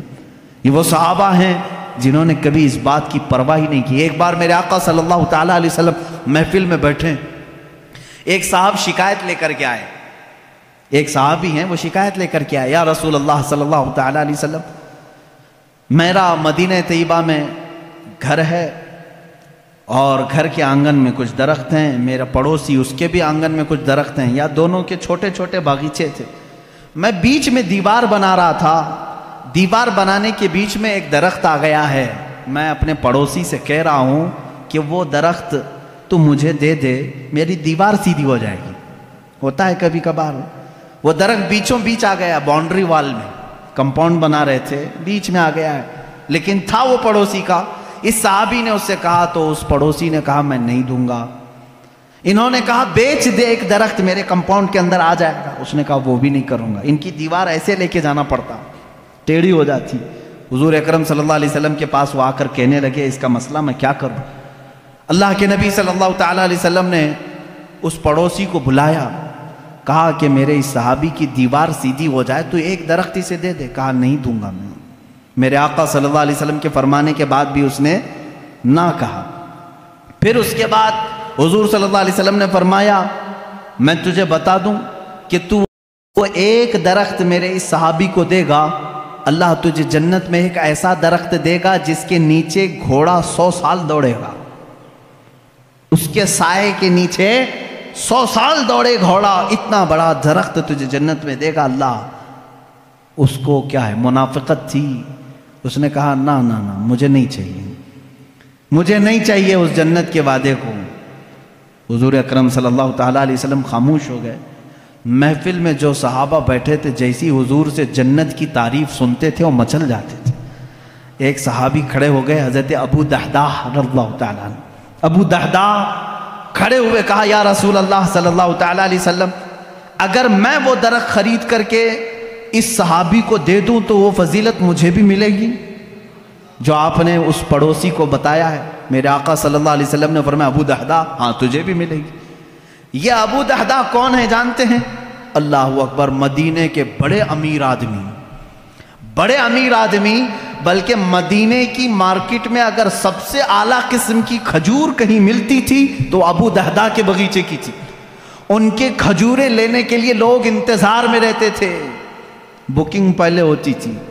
حضرت ابو دحداح کا ایسا بڑا باغیچہ تھا اوالی مدینہ، جہاں کی کھجوریں سب سے مہنگی امپورٹ ہوتی ہوں گی، ایکسپورٹ ہوتی ہوں گی، اس زمانے میں ایکسپورٹ کی جاتی تھی، یعنی شام یمن تک جاتی تھی۔ حضرت ابو دحداح کا باغیچہ پورے مدینے میں مشہور تھا۔ وہ آئے اس شخص کے پاس جو درخت نہیں دے رہا تھا، کہا اے بندے تو مجھے جانتا ہے؟ کہا ابو دحداح تمہیں بھلا مدینے کا کون آدمی نہیں جانتا؟ کہا میرا باغیچہ جانتا ہے؟ کہا ہاں کیوں نہیں، اس باغیچے کی خصوصیت یہ۔ وہ خود بولنے لگا، وہ منافق، کہ ابو دحداح تیرا باغیچہ مدینے کا سب سے قیمتی باغیچہ ہے، اس کی کھجوریں لینے کے لیے لوگ انتظار میں کھڑے رہتے ہیں، اور پلس اس میں یہ ہے کہ انہوں نے ایک بڑا بہت ہی عالیشان گھر بنایا تھا اس باغیچے کے اندر، اور اسی میں ایک کنواں بھی تھا جو میٹھے پانی کا تھا، ایک نہر جاری کر دی تھی، ایک بہت حسین و جمیل ماحول اس باغیچے کے اندر تھا۔ وہ منافق خود کہہ رہا ہے مجھے معلوم ہے تمہارے باغیچے کو۔ حضرت ابو دحداح نے کہا میں وہ پورا باغیچہ دیتا ہوں، وہ ایک درخت دے گا؟ اس نے کہا یہ کیا پاگل پن ہے، ایسی بھی کوئی بات ہو سکتی ہے؟ ابو دحداح کا باغیچہ اور میرا ایک درخت، وہ بھی کمپاؤنڈ کے بیچ میں آ رہا ہے۔ حضرت ابو دحداح سے اس نے کہا کیا یہ بات تو ہوش و حواس میں کہہ رہا ہے؟ کہا جب بھی رسول پاک کے پاس ہوتے ہیں مکمل اعتماد کے ساتھ بات کرتے ہیں، یہاں دنیا کا اللہ کا سب سے آخری رسول موجود ہے، یہ میرے گواہ ہیں۔ اس نے کہا فوراً دے دو۔ حضور صلی اللہ تعالیٰ علیہ وسلم سے انہوں نے کھڑے کھڑے تجارت کر دی، کھڑے کھڑے وہیں پر۔ اس منافق نے کہا میں نے ایک درخت بیچ دیا۔ حضرت ابو دحداح نے کہا میں نے اپنا پورا باغیچہ تجھے بیچ دیا۔ ہو گئی بات۔ ابو دحداح آئے، باغیچے میں گھر بھی تھا، بیوی بھی تھی، بچے بھی تھے، سامان بھی تھا۔ دروازے پر کمپاؤنڈ کے باہر کھڑے باغیچے کے پکارنے لگے اپنی بیوی کو، ام دحداح میں نے یہ باغیچہ آج بیچ دیا ہے۔ عورتوں کے معاملات تو معلوم ہوں گے آپ کو، اپنے مردوں کی کوئی چیز بیچنے کہاں دیتی، لیکن وہ صحابیہ تھی، اندر سے کہتی ابو دحداح تم بڑے تاجر آدمی ہو، کچھ بھی سودا کرو گے تو فائدے کے بغیر تو نہیں کرو، مجھے یقین ہے کوئی نفع کی تجارت کر کے آئے ہوگے، نفع کی۔ ابو دحداح نے کہا ہاں بالکل تو نے صحیح گمان کیا، میں نے نفع کی ہی تجارت کی ہے۔ ام دحداح نے کہا بیچ دیا؟ کہا ہاں، جلدی سے اپنا سامان اٹھا اور باہر نکلا، اب ہماری ملکیت میں نہیں ہے، یہ باغیچہ اب ہماری ملکیت میں نہیں۔ وہ جلدی جلدی سامان اٹھانے لگی اور دروازے پر ابھی آئی نہیں تھی، پوچھا کتنے میں بیچا، کتنے میں بیچا؟ بیوی کو بتانا تو ہوگا۔ ابو دہدا باہر ہی کھڑے کہنے لگے رسول اللہ صلی اللہ علیہ وسلم کے پاس تجارت ہوئی ہے، میں نے یہ پورا باغیچہ ایک ایسے درخت کے بدلے میں بیچا ہے جس کے سائے میں گھوڑا 100 سال دوڑے گا۔ وہ چیخنے لگی، چلانے لگی، کہا ابو دہدا میں نے صرف تجھ کو دنیاوی تجارت میں ماہر سمجھا تھا، تو آخرت کا بھی تاجر نکلا۔ اپنے شوہر پر ایسا یقین رکھنے والی خاتون سامان لے کر باہر نکل آئی۔ یہ نہیں کہا بچے کہاں رہیں گے، کہاں گھر بنے گا، کچھ نہیں، سب چھوڑ کر باہر نکل آئی، اور پلس یہ کہہ رہی ہے تو آخرت کا بھی ماہر تاجر نکلا۔ میرے آقا صلی اللہ علیہ وسلم کے پاس آئے، اپنی بیوی اور بچوں کو لے کر کے کہا یا رسول اللہ میں نے اسے سپرد کر دیا، اپنے اس صحابی سے کہیں اپنی دیوار سیدھی کر لے اور اپنا درخت اندر کر لے۔ اب پھر پوچھنے لگے یا رسول اللہ صلی اللہ علیہ وسلم اب وہ جو آپ نے وعدہ کیا تھا وہ ایک درخت میرا پکا ہے نا؟ حضور صلی اللہ علیہ وسلم نے فرمایا نہیں۔ اب یہاں بات کبھی کبھار میرے آقا صلی اللہ تعالیٰ علیہ وسلم تفریح قلب کے لیے فرماتے تھے۔ ابو دہدا کے ہوش و حواس بھاگتا ہو گئے، کھڑے ہو گئے کہ آقا پورا باغیچہ دے آیا ہوں۔ ابو دہدا پوچھ رہے ہیں آقا میرا وہ ایک درخت پکا ہے جو آپ نے فرمایا؟ حضور نے فرمایا نہیں ابو دہدا وہ تو ایک درخت کے بدلے میں تھا، وہ تو ایک درخت کے بدلے میں تھا، تو پورا باغیچہ دے آیا ہے۔ اب میرے مولا نے مجھے وہی کر کے بتایا ہے ابو دہدا کو جنت میں وہ باغیچہ دوں گا جس کے درختوں کی کوئی گنتی بھی نہیں کر سکے گا۔ حضور صلی اللہ علیہ وسلم فرما رہے ہیں میں تیرے باغیچے کے درختوں کی گنتی دیکھ رہا ہوں۔ حضرت ابو دہدا اسی وقت کہے فزت برب الکعبہ، رب کعبہ کی قسم میں کامیاب ہوں۔ یہ یقین اگر کسی کے پاس تھا تو وہ صحابہ کی زندگی میں تھا۔ اگر رسول فرما دے تو انہیں 100% یقین ہوتا۔ میرے آقا نے فرمایا ہے تو مجھے مل کے رہے گا۔ عزیزان گرامی احادیث رسول اگر تمہیں کسی بات کی طرف بلاتی ہیں تو دنیا کو ٹھوکر مار دینا، کیونکہ میرے نبی نے جو وعدہ فرمایا ہے وہ حق ہے اور 100% حق ہے۔ اس طرح کئی صحابہ ہیں جنہوں نے اپنی تمام چیزیں وار دی میرے آقا صلی اللہ علیہ وسلم کی۔ حضرت عثمان ابن عفان رضی اللہ تعالیٰ عنہ ایک بار نہیں کئی مرتبہ، انشاءاللہ العزیز خلفائے راشدین کی سیرت میں کل عرض کروں گا، میں ان کی قربانیوں کے متعلق بھی آپ کے سامنے کچھ باتیں رکھنے کی کوشش کرتا ہوں۔ یہاں وہ صحابہ حضرت صہیب رومی رضی اللہ تعالیٰ عنہ روم سے چل کر مکہ میں آئے تھے۔ شروع میں آئے تھے تو غلام بن کر کے آئے تھے، پھر آزاد ہوئے، پھر تجارت کرنے لگے، اتنا کمائے کہ مکہ میں ایک بڑے امیر بن گئے، جائیداد خریدا، پراپرٹی بنائی، مالدار ہو گئے اور ایمان لے آئے۔ رسول کریم صلی اللہ علیہ وسلم جب ہجرت کر کے مدینے چلے گئے، حضرت صہیب مکہ میں ہی رہ گئے۔ انہوں نے یہ طے کیا کہ نہیں مجھے بھی اب مکہ چھوڑ کر اس جلوہ جہاں آرا کو دیکھنے کے لیے نکلنا ہے۔ جب وہ جانے لگے تو مکہ والوں نے گھیر دیا، کہا کہ اے صہیب تو جب آیا تھا تو تیرے پاس کچھ بھی نہیں تھا، تو نے سب کچھ مکہ سے کمایا ہے، تو ہمارا مال ہم تو لے جانے نہیں دیں گے۔ انہوں نے آدھی جائیداد لکھ کر کے دے دی مکہ والوں کو، مفت میں میری آدھی جائیداد لے لو اور مجھے جانے دے دو۔ آدھی جائیداد انہوں نے لے لی اور اس کے بعد حضرت صہیب رومی رضی اللہ تعالیٰ عنہ نکلنے لگے۔ گنڈے مکہ کے پھر بیچ راستے میں آئے، پکڑ لیے، ان کو مارنا شروع کیا، ان کو جگہ جگہ سے مارا کہ ناک ان کی پھٹ گئی۔ ان کی آدھی جائیداد ابھی مکہ میں باقی تھی۔ حضرت صہیب رومی رضی اللہ تعالیٰ عنہ نے یہاں تک کہ وہ اپنی باقی آدھی جائیداد بھی جو کئی سالوں میں انہوں نے کمائی تھی مکہ والوں سے کہا کہ یہ بھی میں نے دے دیا، اس پر میرا کوئی حق نہیں، بس مجھے قدم رسول میں بیٹھنا مل جائے۔ اتنا ہی نہیں، مکہ والوں نے ان کے جسم پر موجود کپڑے بھی اتار دیے، کپڑے پھاڑ دیے، اور وہ صرف 2 چادروں میں مدینہ طیبہ تشریف لائے۔ میرے آقا صلی اللہ تعالیٰ علیہ وسلم کی بارگاہ میں رہے، اصحاب صفہ کے ساتھ بیٹھتے رہے، اور میرے آقا صلی اللہ تعالیٰ علیہ وسلم کی بارگاہ میں جو کچھ بھی آتا تھا وہ حضور ان صحابہ پر صدقہ کرتے، اسی پر گزر بسر ہوتا تھا۔ حضرت صہیب رومی رضی اللہ تعالیٰ عنہ زندگی بھر کبھی واپس مکہ کی وہ جائیداد لینے کے لیے نہیں گئے کہ میری کروڑوں کی جائیداد تھی میں واپس جا کر کے لے لوں، ناحق انہوں نے میری جائیدادوں پر قبضہ کیا ہے، نہیں گئے۔ عزیزان گرامی، اس طرح سے حضرت عبداللہ ذوالبجادین رضی اللہ تعالیٰ عنہ، ایک صحابی عبداللہ ذوالبجادین، ان کے ساتھ بھی یہی ہوا۔ یہ نوجوان تھے، حسین و جمیل تھے، اور جب یہ نکلنے لگے تو ان کے ساتھ بھی ایسا ہی ہوا کہ ان کو ان کے ماں باپ نے، ان کے گھر والوں نے اتنا مارا، ان کے جسم سے کپڑے نکال دیے، اور یہ میرے آقا صلی اللہ تعالیٰ علیہ وسلم کی بارگاہ میں پہنچے۔ اللہ کے نبی صلی اللہ تعالیٰ علیہ وسلم نے اپنی چادر عنایت کی اور اسی میں وہ زندگی گزارتے رہے۔ حضرت عبداللہ ذوالبجادین، بجاد کہتے ہیں چادر کو، 2 چادریں پہن کر کے وہ پوری زندگی گزارتے رہے، پوری زندگی بھر، یہاں تک کہ مقام تبوک آیا۔ جب جنگ تبوک ہونے لگی، عبداللہ ذوالبجادین کہنے لگے یا رسول اللہ صلی اللہ علیہ وسلم صرف میرے لیے دعا کریں، اللہ مجھے شہادت کی موت عطا کرے، بس میری ایک ہی خواہش ہے۔ میرے آقا صلی اللہ علیہ وسلم نے فرمایا عبداللہ اگر اب تیری راستے میں بھی موت آئے تو تجھے شہید ہی کہا جائے گا، تجھے شہادت کی موت ہوگی۔ ہوا ایسی ہی، تبوک کے راستے میں جب گئے ان کو تیز بخار آیا حضرت عبداللہ ذوالبجادین کو۔ اسی رات حضرت عبداللہ ذوالبجادین کی بخار کی گرمی اتنی بڑی کہ میرے آقا صلی اللہ تعالیٰ علیہ وسلم سفر میں ہیں، سفر کی حالت میں میرے آقا ان کے پاس آئے، ان کا سر لے کر کے اپنی گود میں رکھا۔ یہ عبداللہ ذوالبجادین ہے، وہ کہتے ہیں یا رسول اللہ صلی اللہ علیہ وسلم مجھے ایسا لگتا ہے میری زندگی کی لمحات کم ہو گئے، مگر یہ سر رکھنے کے لمحات طویل ہو جاتے تو کیا اچھا ہوتا۔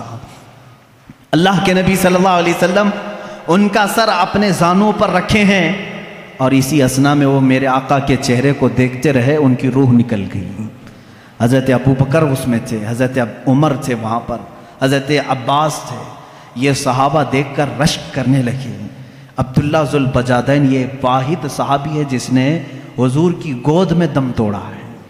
میرے آقا صلی اللہ تعالیٰ علیہ وسلم کے زانو اقدس پر اتنا ہی نہیں، رسول کریم صلی اللہ تعالیٰ علیہ وسلم نے فرمایا اس کو کفن کوئی اور نہیں دے گا، میں دوں گا۔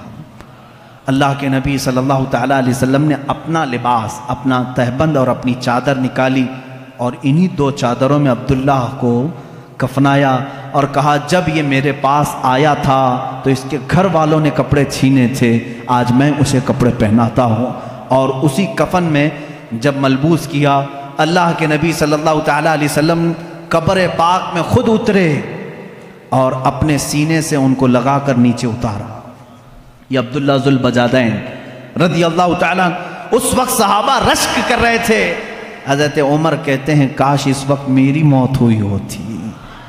اللہ کے نبی صلی اللہ تعالیٰ علیہ وسلم نے ان کو جس انداز میں قبر پاک میں اتارا، عزیزان گرامی 1-2 صحابی نہیں ہیں جنہوں نے اس راستے پر مشقتیں اٹھائی، محنتیں کی، اور اتنی مشقتیں، اللہ کی پناہ اتنی مشقتیں۔ ایک صحابی حضرت خبیب، اللہ اکبر، ان کا تذکرہ آتا ہے رونگٹے کھڑے ہو جاتے ہیں۔ حضور اکرم صلی اللہ تعالیٰ علیہ وسلم نے 3 صحابہ کو ایک مہم پر بھیجا تھا، یہ تینوں گرفتار ہو گئے۔ 10 صحابہ تھے ان میں سے یہ 3 گرفتار ہوئے، اس میں حضرت خبیب بھی تھے۔ یہ مکہ والوں نے ہی انہیں گرفتار کیا تھا۔ گرفتار کرنے کے بعد ان کو ایک جگہ قید میں رکھا، کتنے دن تک؟ تقریباً 10 دن تک قید میں رکھا، کھانا نہیں دیتے تھے، پانی نہیں دیتے تھے۔ ہم کربلا کے واقعات سنتے ہیں میرے عزیزوں، صحابہ کے یہ جانثاریاں کیوں نہیں سنتے جن کے ساتھ سخت ترین اذیتیں اس زمانے کے ظالموں نے کی۔ حضرت خبیب کو 10 دن کے بعد نکالا، دعوت عام ہوئی، مکہ والے جمع ہوئے۔ حضرت خبیب کو انہوں نے آخری دن سولی پر چڑھانے کا طے کر لیا تھا، سولی تیار کی گئی، لیکن کافروں نے اتنا ہی نہیں کیا، حضرت خبیب کو اس کھوٹے پر باندھا گیا جس پر سولی دینی تھی، باندھ کر کے سب سے پہلے ان کے ناخنوں کو پکڑ سے نکالا، کھینچا۔ ایک ناخن کو اگر پکڑ سے کوئی کھینچے تو اس کی اذیت کیا ہوتی ہے۔ مسلح کیا ان کے جسم کا، ان کے کان کاٹے، ان کی آنکھ میں سلائیاں پھیرتیں، لوہے کی گرم سلائیاں ان کی آنکھوں میں پھیری، ناک کاٹ دی گئی، ہونٹ کاٹے گئے، یہاں تک کہ ایک ظالم قریب میں آ کر کے ان کے پیٹ میں ایسا نیزہ مارا کہ جس سے ان کا کلیجہ دکھنے لگا۔ پیٹ کے باہر کلیجہ لٹکنے لگا، اس حد تک ان کو اذیت دی گئی۔ سولی پر ابھی نہیں چڑھایا گیا تھا، اس وقت ایک مجمع جمع تھا حضرت خبیب کو مارنے کے لیے۔ کسی نے کہا اے خبیب کاش تیری جگہ محمد ہوتے، سب کٹ گیا ہے۔ جلال میں آتے ہیں، کہتے ہیں ظالموں تم کہتے ہو میری جگہ محمد تھے، میرے جسم کے ٹکڑے ہو جائیں میں ان کے قدموں میں کانٹا چبھنا بھی گوارا نہیں کروں گا۔ میں نہیں دیکھ سکتا کہ میرے نبی کے تلووں میں کانٹا بھی چبھ جائے، لو میرے جسم کے اور ٹکڑے لو۔ انہیں کٹے ہونٹوں کے ساتھ بولنے لگے۔ ایک عورت آئی، کہا ہے مکہ والو ہمارا نظام تو ہے کسی کو قتل کرتے ہیں تو آخری خواہش پوچھتے ہیں، جب کسی کو پھانسی دیتے ہیں تو اس کی آخری خواہش پوچھتے ہیں۔ اس نیم کو، اس روایت کو مت توڑو، اگرچہ یہ دین چھوڑے ہوئے لوگ ہیں ان کی بھی آخری خواہش پوچھ لو۔ لوگوں نے کہا کیا ہے تمہاری آخری خواہش؟ حضرت خبیب کہتے ہیں میری رسیاں کھول دو، 2 رکعت نماز پڑھنا چاہتا ہوں۔ یہ وہ صحابہ ہیں، وہ صحابہ ہیں، کہتے ہیں رسیاں کھول دو، میں 2 رکعت نماز ادا کرنا چاہتا ہوں۔ کھول دیا گیا، اسی حالت میں وہ نماز ادا کی، سب جسم کے ٹکڑے ان کی کر دیے جا چکے تھے۔ جلدی سے سلام پھیر لیا، بہت مختصر نماز پڑھی، بہت مختصر نماز پڑھی۔ پھر جب سولی پر چڑھائے جانے لگے تو کسی نے کہا خبیب تم چاہتے تو لمبے سجدے کر لیتے، چاہتے تو بڑی نماز پڑھتے، کیونکہ تمہاری آخری خواہش ہے، مکہ والوں کا نیم ہے اس کو پورا کرتے ہیں۔ حضرت خبیب نے کہا اے ظالموں میں نے اس لیے جلدی نماز پڑھی کہیں تم یہ نہ سوچ لو کہ موت کے ڈر سے نماز لمبی کیا ہے، موت کے ڈر سے میں نے نماز لمبی نہیں کی، مجھے تو شہادت کا شوق ہے، میں جلد سے جلد جام شہادت پینا چاہتا ہوں۔ حضرت خبیب کو سولی پر چڑھایا کافروں نے۔ کیا ہم میں سے کسی کے ساتھ یہ مظالم ہوئے ہیں آج؟ میں نوجوانوں سے پوچھتا ہوں کہ آج کون سی چیز ہے جو تمہیں نماز سے روکی ہوئی ہے؟ کیا کبھی کسی نے تمہارا کلیجہ نکال کر باہر رکھا؟ کیا کبھی تمہارا کسی نے کان کاٹا، کسی نے ہونٹ کاٹے، کسی نے تمہاری آنکھوں میں سلائیاں پھیری؟ تم تو گرم بستروں پر سو کر کے نماز چھوڑتے ہو، مؤذن صدائیں دیتا رہتا ہے، باوجود تمہیں آواز آنے کے تم مسجد کی طرف آنا نہیں چاہتے۔ آج لوگوں کی سستی اور کاہلی یہاں تک لے آئی ہے، میرا مولا دن میں تمہیں 10 مرتبہ یہ آواز دیتا ہے حی علی الفلاح، کامیابی کی طرف آ جاؤ۔ تم میں سے کوئی اس کی طرف کان نہیں دھرنا چاہتا۔ یاد رکھنا قیامت کے دن یہ سب صحابہ بھی میرے نبی کی فہرست، میرے نبی کی جماعت میں ہوں گے، اور اس وقت ہم کیا چہرہ لے کر کے ان کے سامنے کھڑے رہیں گے۔ اگر ہم سے سوال ہو، ہم سولی پر چڑھ کر کے بھی نماز نہیں چھوڑنا چاہتے، ہماری آخری خواہش پوچھی جاتی تو ہم سجدہ پسند کرتے۔ اے بندے تجھے کیا ہوا تھا؟ تجھے اللہ نے اچھی صحت بھی دی تھی، تجھے طاقت بھی دی تھی، دولت بھی دی تھی اور آزادی بھی دیا تھا۔ یہاں تمہارے سروں پر تلواریں نہیں ناچ رہی ہیں کہ تمہیں نماز سے روکا گیا ہو، اس کے باوجود تم خوشی خوشی نماز چھوڑتے تھے، تم چاہ کر کے نماز چھوڑتے تھے۔ ان صحابہ کو جواب دینے کے لیے کسی کے پاس آج ہمارے پاس ہے تیاری؟ اگر نہیں ہے تو میرے عزیزوں نمازوں کی طرف توجہ کرو۔ یہ وہ صحابہ ہیں رضوان اللہ تعالیٰ علیہ مجمعین جن کے واقعات پڑھتے پڑھتے ہمارے جسم کے رونگٹے کھڑے ہو جاتے ہیں، ہمارے جسم کی کپ کپی چھوٹ جاتی ہے۔ انہوں نے کسی موقع پر بھی دین کو نہیں بیچا۔ ایک جوان صحابی عبداللہ بن حذافہ سہمی رضی اللہ تعالیٰ، یہ رومی لشکر میں ایک بار جنگ میں گئے تھے، روم، ملک روم، وہاں کے سپاہیوں نے ان کو قید کر دیا اور عیسائی بادشاہ کے پاس لے کر آ گئے۔ جوان ہیں، غالباً ان کی عمر 22-23 سال کی ہے۔ بہت سارے مسلمان بھی قیدی تھے، ان کو بھی پکڑ کے لائے۔ یہ بہت حسین و جمیل تھے، بہت بہادر تھے۔ نوجوانوں سنو، بادشاہ کے پاس قیدی بن کر کے آئے۔ بادشاہ نے کہا تو اپنا پرانا دین چھوڑ، میرے دین میں آ جا، میں تجھے اپنا سپاہی بناتا ہوں، وزیر بناتا ہوں۔ کہا اتنی ہلکی دولت کے لیے اتنا بڑا سودا ہرگز نہیں ہو سکے گا، ہم دین کو اتنی ہلکی دولت پر نہیں بیچ سکتے۔ بادشاہ نے سختیاں کرنا شروع کی، یہاں تک کہ بادشاہ کے سامنے ایک بڑے دیگ میں تیل رکھا گیا اور کھولایا گیا، گرم کیا گیا۔ ایک مسلمان قیدی کو لا کر کے اس میں ڈال دیا بادشاہ نے، وہ تیل میں جل گئے۔ عبداللہ بن حذافہ کو کہا گیا دیکھ تیرے ساتھ بھی ہم وہی کریں گے، اگر تو دین کو قبول کر لیتا ہے تو ٹھیک ہے۔ وہاں ان کے پاس رخصت تھی، شریعت نے یہ اجازت دی تھی، تھوڑی دیر کے لیے اگر چاہو دل سے ایمان نہ نکالو، زبان سے کہہ دیا ہوتا تو جان بچتی، لیکن ان صحابہ نے رخصت پر کبھی عمل نہیں کی، وہ عزیمت پر عمل کرتے رہے۔ کہا اس تیل میں جانے سے مجھے کوئی گھبراہٹ نہیں، مجھے تو جہنم کا خوف لگتا ہے، مجھے تو جہنم کا خوف ہے، اس تیل کا کوئی ڈر نہیں۔ بادشاہ نے دیکھا یہ ٹس سے مس نہیں ہوتا، کچھ بھی نہیں کرتا۔ آخری میں بادشاہ نے کہا تو ایک بار میرے سامنے سجدہ کر لے، میری تعظیم کر لے، میں تجھے چھوڑ دوں گا۔ کہا یہ ناممکن بات ہے، ناممکن ہے، میں ایک ہی خدا کو سجدہ کرتا ہوں، میں تو اپنے نبی محمد صلی اللہ علیہ وسلم کو سجدہ نہیں کرتا، تو تجھے کیسے سجدہ کروں؟ نوجوان صحابی کا ایمان دیکھیں، بادشاہ کے محل میں کھڑے ہو کر جب ان کی آزمائش کا وقت تھا، اور اللہ کہاں سے کیسے بچانا ہے یہ وہ بہتر جانتا ہے۔ اخیر میں بادشاہ نے کہا ایسا نوجوان میں نے اپنی زندگی میں نہیں دیکھا، زندگی میں نہیں دیکھا۔ وہ عیسائی بادشاہ تھا، لاسٹ میں اس نے صرف اتنی بات کہی، اس نوجوان کو دیکھتے ہی یہ کہاں تک ڈٹا رہتا ہے۔ اخیر میں اس نے یہ آپشن دیا کہ ایک بار تو میری پیشانی کو چوم لے، میں تجھے چھوڑ دوں گا۔ کہا میرے سارے ساتھی مسلمانوں کو، کہا سب کو چھوڑ دوں گا۔ حضرت عبداللہ بن حذافہ نے کہا ایک بار پیشانی چوم لینے سے کیا ہے؟ وہ گئے اور اس کی پیشانی کو چوما، اور بادشاہ نے صرف اتنی بات پر ان کو بھی آزاد کیا، پورے مسلمان قیدیوں کو بھی آزاد کیا۔ جب وہ مدینہ لوٹ آئے، حضرت عمر فاروق رضی اللہ تعالیٰ عنہ کو یہ واقعہ سنانے لگے۔ حضرت عمر اپنے خلافت کے تخت سے اتر آئے، کہا اے عبداللہ لاؤ تمہارا ماتھا میں چومتا ہوں۔ یہ وہ لوگ ہیں جو دین کو کہیں بیچنے نہیں جاتے تھے، کہیں دین کا سمجھوتہ کرنے نہیں جاتے تھے۔ آج منافقین کی بہت لمبی ایک جماعت تیار ہو رہی ہے، حکومتوں کا تیور دیکھ کر کے جو بدل جاتے ہیں یہ منافق، ان سے اپنے دامن کو بچائے رکھو۔ جنہوں نے ہماری مسجدیں بیچ دیں، جنہوں نے ہمارے عبادت گاہیں بیچ دیں چند سکوں پر، چند ٹکوں پر، یہ وہ لوگ ہیں جو آخرت کا سودا کر چکے ہیں دنیا کے بدلے۔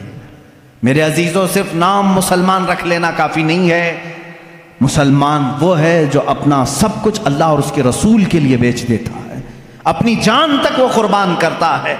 صحابہ کی باتیں آج مجھے کہنا اس لیے بھی ضروری تھا کہ اگر ہم ان کے تذکرے نہ سنائیں تو کیا پہاڑی چوہوں کے واقعات سناؤں آپ کے سامنے، بھیڑ بکریوں کے واقعات سناؤں، لومڑی کتے کے واقعات سناؤں، جو آج بہت سارے سیلیبس کی کتابوں میں بھرے ہوئے ہیں؟ اپنے بچوں کو اگر واقعات سناؤ تو بلال حبشی کے سناؤ کہ یہ کبھی نہ ڈرے۔ اگر اپنے بچوں کو سناؤ واقعات تو حضرت خبیب کے واقعات سناؤ، حضرت سلمان فارسی رضی اللہ تعالیٰ عنہ کے سناؤ کہ جنہوں نے پوری زندگی تلاش رسول میں ختم کر دی تھی۔ جانتے ہیں یہ 3 بار بکے ہیں۔ حضرت سلمان فارسی پہلے مجوسی باپ کے بیٹے تھے، آگ کی پوجا کرتا تھا ان کا باپ، وہ عیسائیوں کو دیکھ کر کے ان کو اچھا لگا، عیسائی بن گئے۔ ملک شام میں عیسائی بن کر رہے، پوری تعلیم حاصل کی، لیکن وہ اچھے عیسائیوں کے شاگرد تھے، ایمان والے۔ ہر عیسائی ان سے کہتا تھا اے سلمان، وہ آخری رسول کے آنے کا وقت قریب ہے، اگر تیری زندگی میں آ جائے تو ان پر ایمان لانا۔ حضرت سلمان فارسی اس انتظار میں سالوں گزار گئے، ملک شام کے کئی علاقوں میں، پھر عراق میں رہے، پھر اس کے بعد عرب سے ایک قافلہ آیا تھا تجارت کا، ان سے پوچھے عرب میں کوئی ایسی زمین ہے جہاں جھنڈ کے جھنڈ کھجوروں کے درخت ہیں؟ اس نے کہا ہاں یہ یثرب ہے۔ حضرت سلمان نے کہا کیا تم مجھے وہاں لے جا سکتے ہو؟ اس لیے کہ میں نے اپنی کتابوں میں پڑھا ہے آخری رسول اسی زمین میں آنے والا ہے۔ وہ لے کر کے آیا عرب، لیکن یہاں لا کر کے ایک یہودی کے ہاتھ میں بیچ دیا، آزاد آدمی کو لا کر بیچ دیا۔ مدینے کا ایک یہودی وہ غلام بنا کر کے رکھا، یہاں تک کہ رسول کریم صلی اللہ تعالیٰ علیہ وسلم کے آنے کی جس وقت خبر ہوئی مدینے میں، حضرت سلمان فارسی درخت کے اوپر بیٹھے ہوئے تھے کھجور کے، اور کھجور کا درخت کافی لمبا ہوتا ہے، کھجوروں کی صفائی کر رہے تھے۔ ان کا آقا اور اس کا بھتیجا دونوں نیچے بات کر رہے تھے، ارے سنا ہے مدینے میں محمد صلی اللہ علیہ وسلم آئے ہیں جو یہ کہتے ہیں میں اللہ کا آخری رسول ہوں۔ وہ دونوں بات کر رہے تھے، اتنا سن کر کے وہ وہیں سے اچھل کر آ گئے، نیچے آ گئے۔ کیا کہا تم نے؟ ان کے مالک نے ان کو کہا تو غلام ہے، ہمارے آقاؤں کی بات میں کیا سننے آیا ہے، تو اپنے کام پر لگ۔ ان کو نہیں بتایا۔ حضرت سلمان فارسی کو اسی دن سے بے قراری لگ گئی۔ حضور اکرم صلی اللہ تعالیٰ علیہ وسلم جب مدینے میں آئے، یہ تو تورات اور انجیل پڑھے ہوئے تھے حضرت سلمان، ان کو علامتیں بھی معلوم تھیں، آخری رسول کی علامتیں کیا ہے۔ آئے مدینہ طیبہ میں حضور صلی اللہ تعالیٰ علیہ وسلم کو، اب دیکھیں ان کے پاس 3 علامتیں تھیں، وہ ڈھونڈنے کے لیے آئے، پہلے ابھی ایمان لائے نہیں تھے۔ ایک دن کھجوریں لے کر کے آئے، حضور سے کہا یہ صدقے کی کھجوریں لے لیں۔ حضور نے لیا اور سب کو بانٹ دیا، ایک بھی نہیں کھایا۔ حضرت سلمان نے مسکرایا، انجیل میں لکھا ہے وہ رسول صدقہ کبھی نہیں کھائے گا۔ دوسرے دن کھجوریں لے کر کے گئے اور کہا یا رسول، یہ حضور صلی اللہ علیہ وسلم کے پاس کہ یہ ہدیہ ہے آپ لیں۔ حضور نے وہ بھی کھایا بھی اور سب کو بانٹا بھی۔ سلمان فارسی کہتے ہیں یہ بھی کتابوں میں لکھا ہے وہ آخری رسول ہدیہ قبول کرتے ہیں اور صدقہ قبول نہیں کرتے۔ تیسرے دن ایک اور علامت انہیں دیکھنی تھی۔ حضور صلی اللہ تعالیٰ علیہ وسلم کے جسم اقدس پر ایک چادر تھی، تہبند تھی، ایک جنازے میں شریک تھے حضور۔ یہ سلمان فارسی تیسرے دن ایک اور نشانی دیکھنے کے لیے کبھی آگے آتے تھے، کبھی پیچھے، ادھر ادھر آتے تھے۔ جنازے سے جب فارغ ہوئے، وہ جس نشانی کو ڈھونڈنے آئے تھے حضور صلی اللہ تعالیٰ علیہ وسلم نے خود ان کو بتایا، اے سلمان 2 دن تو نے دیکھ لیا، آج تیسرے دن جو دیکھنے آئے ہو یہ عالم الغیب رسول تھے۔ تیسرے دن جو تم دیکھنے آئے ہو، اپنی چادر ہٹائی، اپنے کندھوں سے چادر ہٹائی۔ میرے آقا صلی اللہ تعالیٰ علیہ وسلم کے دونوں کندھوں کے بیچ میں مہر نبوت تھی۔ ایک مہر نبوت انڈے کی شکل کی، اتنی تیز روشنی اس میں سے ہوتی تھی کہ لوگ دیکھنے والے دیکھتے رہ جاتے، وہ خاتم النبیین کی مہر تھی۔ حضرت سلمان نے کتاب میں وہ بھی پڑھا تھا کہ وہ آخری رسول کے دونوں شانوں کے بیچ میں مہر ہوگی ختم نبوت کی۔ حضور صلی اللہ علیہ وسلم نے چادر ہٹائی اور کہا اے سلمان تم یہی دیکھنے کے لیے آئے تھے؟ حضرت سلمان فارسی نے کہا ہاں، میں تو ایک دیکھنے کے لیے آیا تھا، آپ نے 2 دکھائے ہیں۔ کہا کیا؟ کہا میں تو صرف ختم نبوت دیکھنے آیا تھا اور آپ نے اپنا علم غیب بھی بتایا ہے۔ کلمہ طیبہ پڑھا، اسلام میں داخل ہوئے۔ صحابہ اکرام اپنی زندگی پوری تلاش میں رہے ہیں اور اس ماہتاب رسالت کو اور آفتاب نبوت کو ذرہ برابر کھونا نہیں چاہتے تھے۔ کسی حالت میں وہ حضور صلی اللہ علیہ وسلم کی محبت کو کسی کے ہاتھ بیچنا نہیں چاہتے تھے۔ حضرت سعد رضی اللہ تعالیٰ عنہ جنگ خندق میں گئے ہیں زرہ پہن کر کے، زرہ لوہے کا لباس ہوتا تھا اور اتنا لباس کہ اس سے جسم پر آنے والے تیر نہ لگیں حضرت سعد، لیکن ان کا زرہ کا لباس چھوٹا پڑ گیا، ہاتھ کھلے رہ گئے۔ ایک ظالم نے دیکھا حضرت سعد رضی اللہ تعالیٰ عنہ کے سیدھے ہاتھ پر ہی وار کر دیا، ہاتھ سے ان کی موٹی رگ کٹ گئی اور اس سے خون بہنے لگا، اتنا خون کہ وہ پکڑ کر کے حضور کے پاس آئے تو میرے آقا صلی اللہ علیہ وسلم کے چہرے پر بھی خون، جسم اقدس پر خون حضرت سعد کے، اور ظالموں نے ان کے اوپر نیزے چلائے تھے ہاتھوں پر، جو حصہ ان کا زرہ سے کھلا ہوا تھا وہ سب مارا گیا تھا۔ حضرت سعد رضی اللہ تعالیٰ عنہ کس لیے آئے تھے معلوم؟ میدان سے چھوڑ کر کے۔ یہ وہ صحابی ہیں، میں آپ کو بتاؤں، حضور صلی اللہ تعالیٰ علیہ وسلم پر اس وقت ایمان لائے تھے جب میرے آقا ابھی مکہ میں ہی تھے۔ یہ مدینے کے ہیں رہنے والے حضرت سعد۔ مکہ میں حضور اکرم صلی اللہ علیہ وسلم پر 2 سال ایسے بھی آئے کہ پورے مکہ والوں نے حضور کا بائیکاٹ کیا تھا، آپ کے پورے خاندان کا، کہ ان سے کوئی بات چیت نہیں کرے گا، لین دین نہیں کرے گا، کھانا پانی ان کے ساتھ، رشتہ داری کچھ نہیں کریں گے، سوشل بائیکاٹ کیا گیا تھا۔ یہ 2 سال تک چلا تھا، اور یہ 2 سال میرے آقا صلی اللہ علیہ وسلم کے گھر والوں پر اتنے سخت تھے، خود میرے آقا صلی اللہ علیہ وسلم نے فرمایا کئی دن ایسے آئے کہ چمڑے ہم نے گرم پانی میں بھگو کر کے کھائے، درختوں کے پتے اس دوران کھائے، کھانے کی کوئی چیز نہیں رہ جاتی تھی مکہ میں 2 سال تک۔ پھر مکہ والوں کو ہی رحم آ گیا، پھر انہوں نے یہ بائیکاٹ ہٹا لیا تھا۔ ان 2 سالوں میں حضرت سعد جو مدینے میں تھے، مالدار بھی تھے، ان 2 سالوں میں حضرت سعد نے بھی چمڑے کھائے اور پتے کھائے۔ آپ سے کہا جاتا کیوں یہ کھاتے ہو؟ کہتے کہ محمد عربی صلی اللہ تعالیٰ علیہ وسلم محصور ہیں، ان کا محاصرہ کیے، بائیکاٹ کیے گئے ہیں، جب ان کے ہاں کوئی نرم غذا نہیں پہنچتی تو کیا مجال ہے سعد اپنے حلق میں کوئی نرم غذا گزارے؟ یہ وہ صحابی تھے۔ جب جنگ خندق کے موقع پر ان کی رگ کاٹی گئی تو دوڑ کر کے حضور کے پاس آئے، کہا یا رسول اللہ صلی اللہ علیہ وسلم میری زندگی کا صرف ایک ہی مقصد تھا، قریش آپ کا جو خاندان ہے، قریش خاندان جتنی تکلیفیں آپ کو دیے ہیں میں نے طے کر لیا تھا، ہر ایک سے چن چن کے میں بدلہ لوں گا، مقابلہ کروں گا۔ یا رسول اللہ میں صرف یہ چاہتا ہوں اگر اب اس کے بعد بھی جنگیں ہونے باقی ہیں، جنگ خندق کے بعد قریش سے اور بھی جنگیں ہونا باقی ہے، تو صرف اتنی دعا کر دیں کہ میری زندگی اور طویل ہو جائے تاکہ میں آپ کے ان دشمنوں کا مقابلہ کروں۔ اور یا رسول اللہ صلی اللہ علیہ وسلم اگر اس کے بعد قریش سے کوئی جنگ ہونا باقی نہیں ہے تو زخم اتنے ہو چکے ہیں، میرے آقا میری شہادت کی دعا کرتے۔ اتنی دعا کے لیے لوٹ آئے اور خون پورا حضور صلی اللہ علیہ وسلم کی جسم ناز پر تھا۔ حضور اکرم صلی اللہ تعالیٰ علیہ وسلم کو اس جنگ سے لوٹنے کے وقت جانتے ہیں، جبرائیل امین آئے، بیچ راستے میں کہتے ہیں یا رسول اللہ صلی اللہ علیہ وسلم رب تعالیٰ کا حکم ہے کہ یہیں سے آپ دوسرے جہاد کے لیے نکل پڑیں۔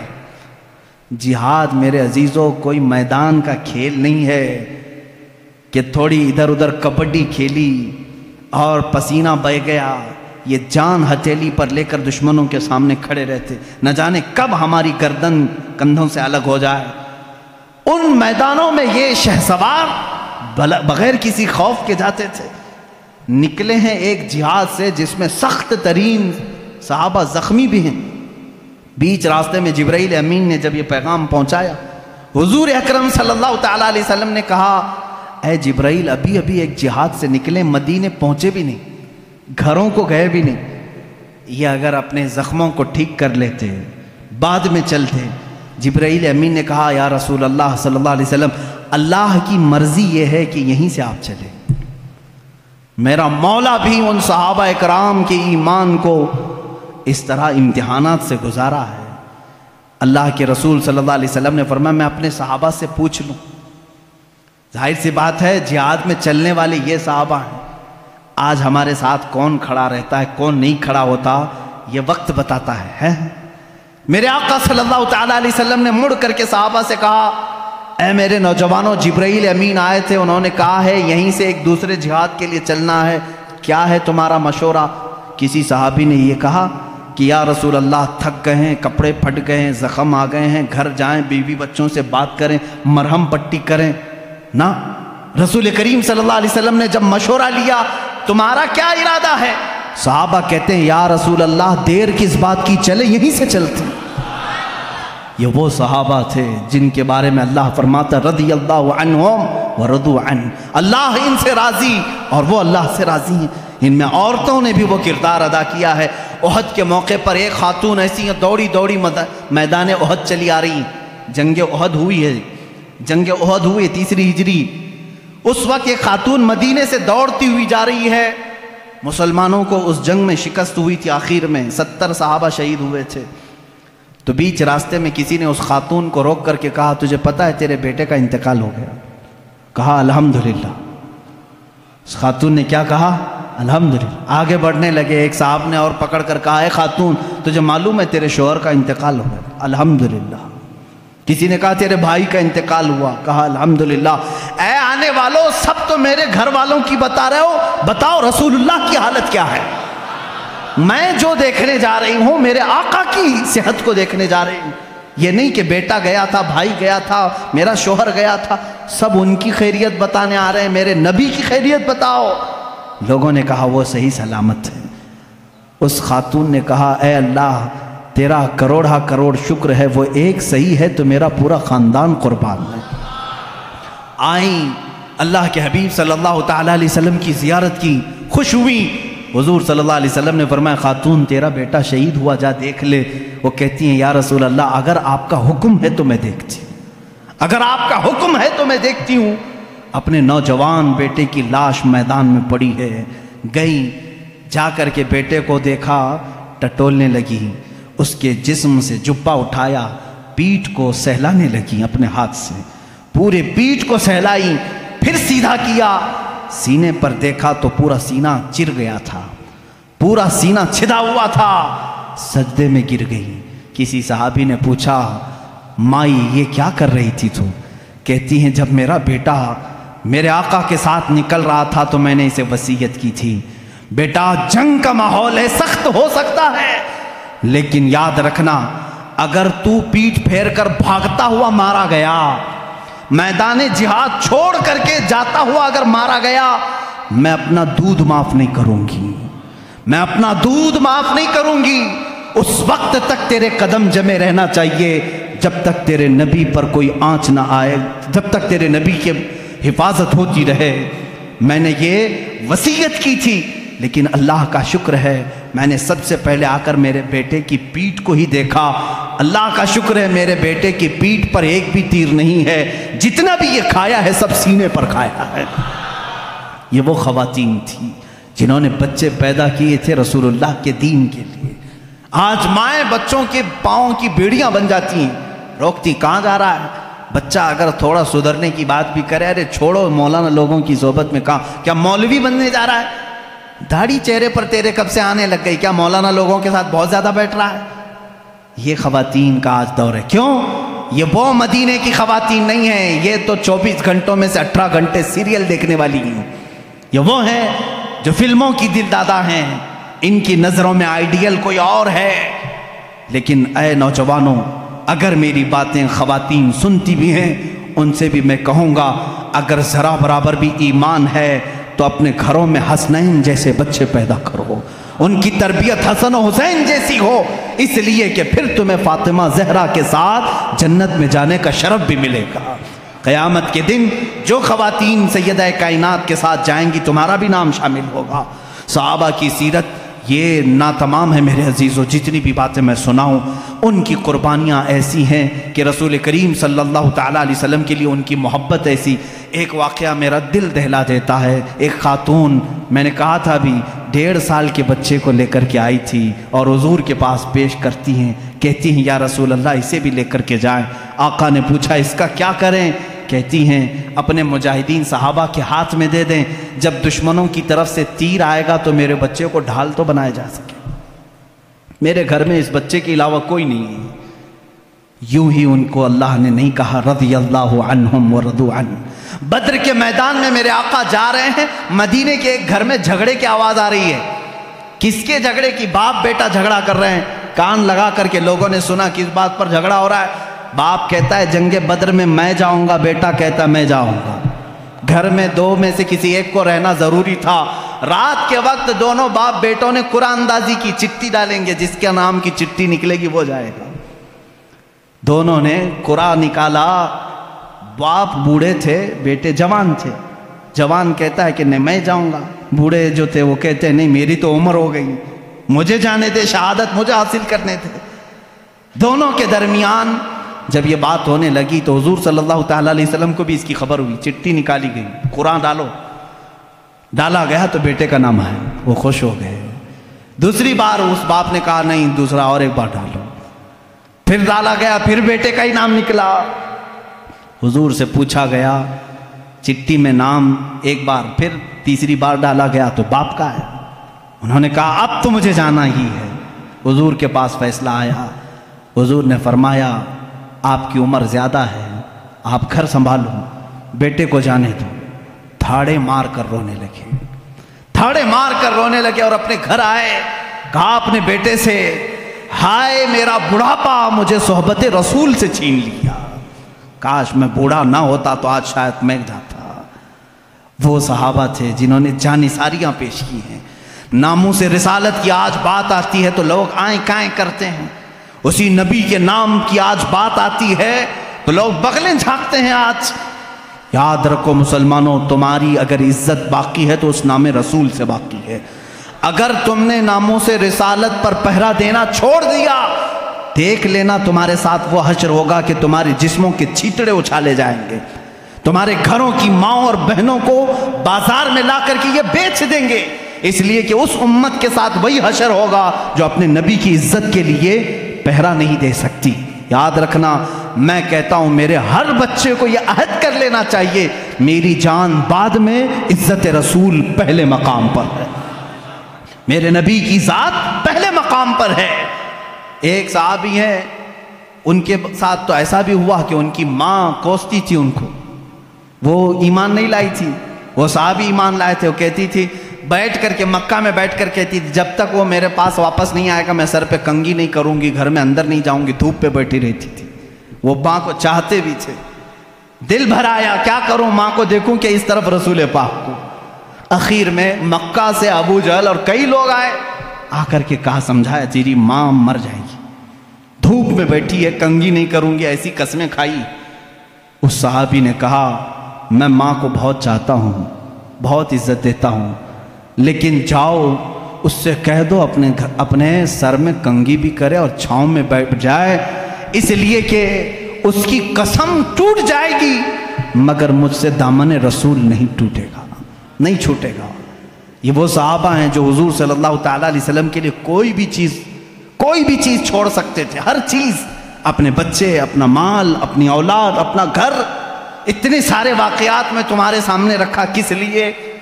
آج جب دین کی ضرورت آئے گی ایک میرا جملہ سن کر کے جائیں۔ جب کبھی شریعت نے کیا حکم دیا؟ شریعت نے حکم یہ دیا ہے کہ جب تم پر کوئی آفت آئے، تمہاری جان پر، جیسے بیماری آ گئی، بہت بڑی بیماری آ گئی، تو کیا کرتے ہیں ہمارے بزرگان دین؟ صدقہ دے دو، ہیں؟ صدقہ دے کر اپنی جان بچاؤ۔ بکرا صدقہ دیا، مرغا صدقہ دیا، مال صدقہ دیا، گیہوں خیرات کیا، کچھ بھی صدقہ دو، کیونکہ صدقہ آئی ہوئی بلاؤں کو ٹالتا ہے، یہ حدیث پاک میں۔ اب میری بات سنو، جب تمہاری جان پر کوئی آفت آئے تو صدقہ دے کر کے جان بچا لو، اور جب دین پر کوئی آفت آئے اپنی جان دے کر کے دین کی حفاظت کرو۔ ایمان اور دین کے لیے اب کیا چیز دینا ہوگا؟ جان دے کر کے اپنا دین بچاؤ۔ اور یہاں میں سمجھتا ہوں کوئی یزیدی نہیں بیٹھا ہے، سب حسینی ہیں، اور ہر حسینی یہ جانتا ہے جب اسلام پر کوئی بات آئے تو اپنا گھر بھی میدان میں لایا جاتا ہے، اپنی گردن بھی لائی جاتی ہے، اپنے 6 ماہ کا بچہ بھی لایا جاتا ہے، اپنی عورتیں بھی لائی جاتی ہیں۔ یہ نہیں دیکھا جاتا کہ میرے بعد میرے گھر کا کیا ہوگا، میری بیویوں کا کیا ہوگا، میری بہنوں کا کیا ہوگا، میرے بچوں کا کیا ہوگا، نہیں دیکھا جاتا۔ حسینی وہ ہے جو صرف یہ دیکھتا ہے اگر میری گردن جاتی ہے جائے، لیکن شریعت مصطفیٰ پر آنچ نہ آنے پائے۔ اسی لیے کہا ہے قتل حسین اصل میں مرگ یزید ہے، اسلام زندہ ہوتا ہے ہر کربلا کے بعد۔ تم جان کے کٹنے کے بعد کبھی فکر نہ کرنا۔ آج مجھے معلوم ہے میری یہ جو تقریریں ہیں لوگ سمجھتے ہیں، مجھے معلوم ہے کتنے ہماری تقریروں میں گرم ہوتے ہیں اور کتنے پسند کرتے ہیں اور کتنے کیا کیا کرتے ہیں، لیکن کچھ وہ بھی ہیں جن کو مروڑ بھی ہوتی ہے، جن کے دلوں میں پھپولے پھوٹتے بھی ہیں، کچھ کی آنکھوں میں بہت تیز گڑتا بھی ہوں، تکلیف ہے، وجہ مجھے بھی معلوم ہے اور آپ کو بھی معلوم ہے، لیکن یاد رکھو اگر ان ظالموں نے کبھی ایسا وقت میرے اوپر لایا، قید کر دیا، سولی پر چڑھایا، پھانسی بھی دے دی، میں بخوشی اس پھانسی کو چوم کر کے قبول کروں گا، اس لیے کہ اللہ میرے ساتھ ہے، رسول کریم صلی اللہ تعالیٰ علیہ وسلم کی شریعت میرے ساتھ ہے۔ صرف میرا یہی کہنا ہے اے اللہ موت آتی ہے تو ایمان پر آئے، لیکن ان ظالموں کے لیے ہمارا ایمان کہیں سودا نہ چلا جائے، کہیں بیچنے میں نہ آ جائے۔ ان کی باتوں پر عزیزان گرامی آج حالات ایسے ہیں، ان صحابہ کے معاشرے کو زندہ کرنے کی ضرورت ہے۔ وہ صحابہ اپنی جانیں کیسے قربان کیے ہیں۔ ایک جوان یہودی کا بیٹا ایک بار جلوہ رسول کو دیکھا فدا ہو گیا، باپ مارنے لگا، کہا دوبارہ جانا مت، کبھی جانا مت۔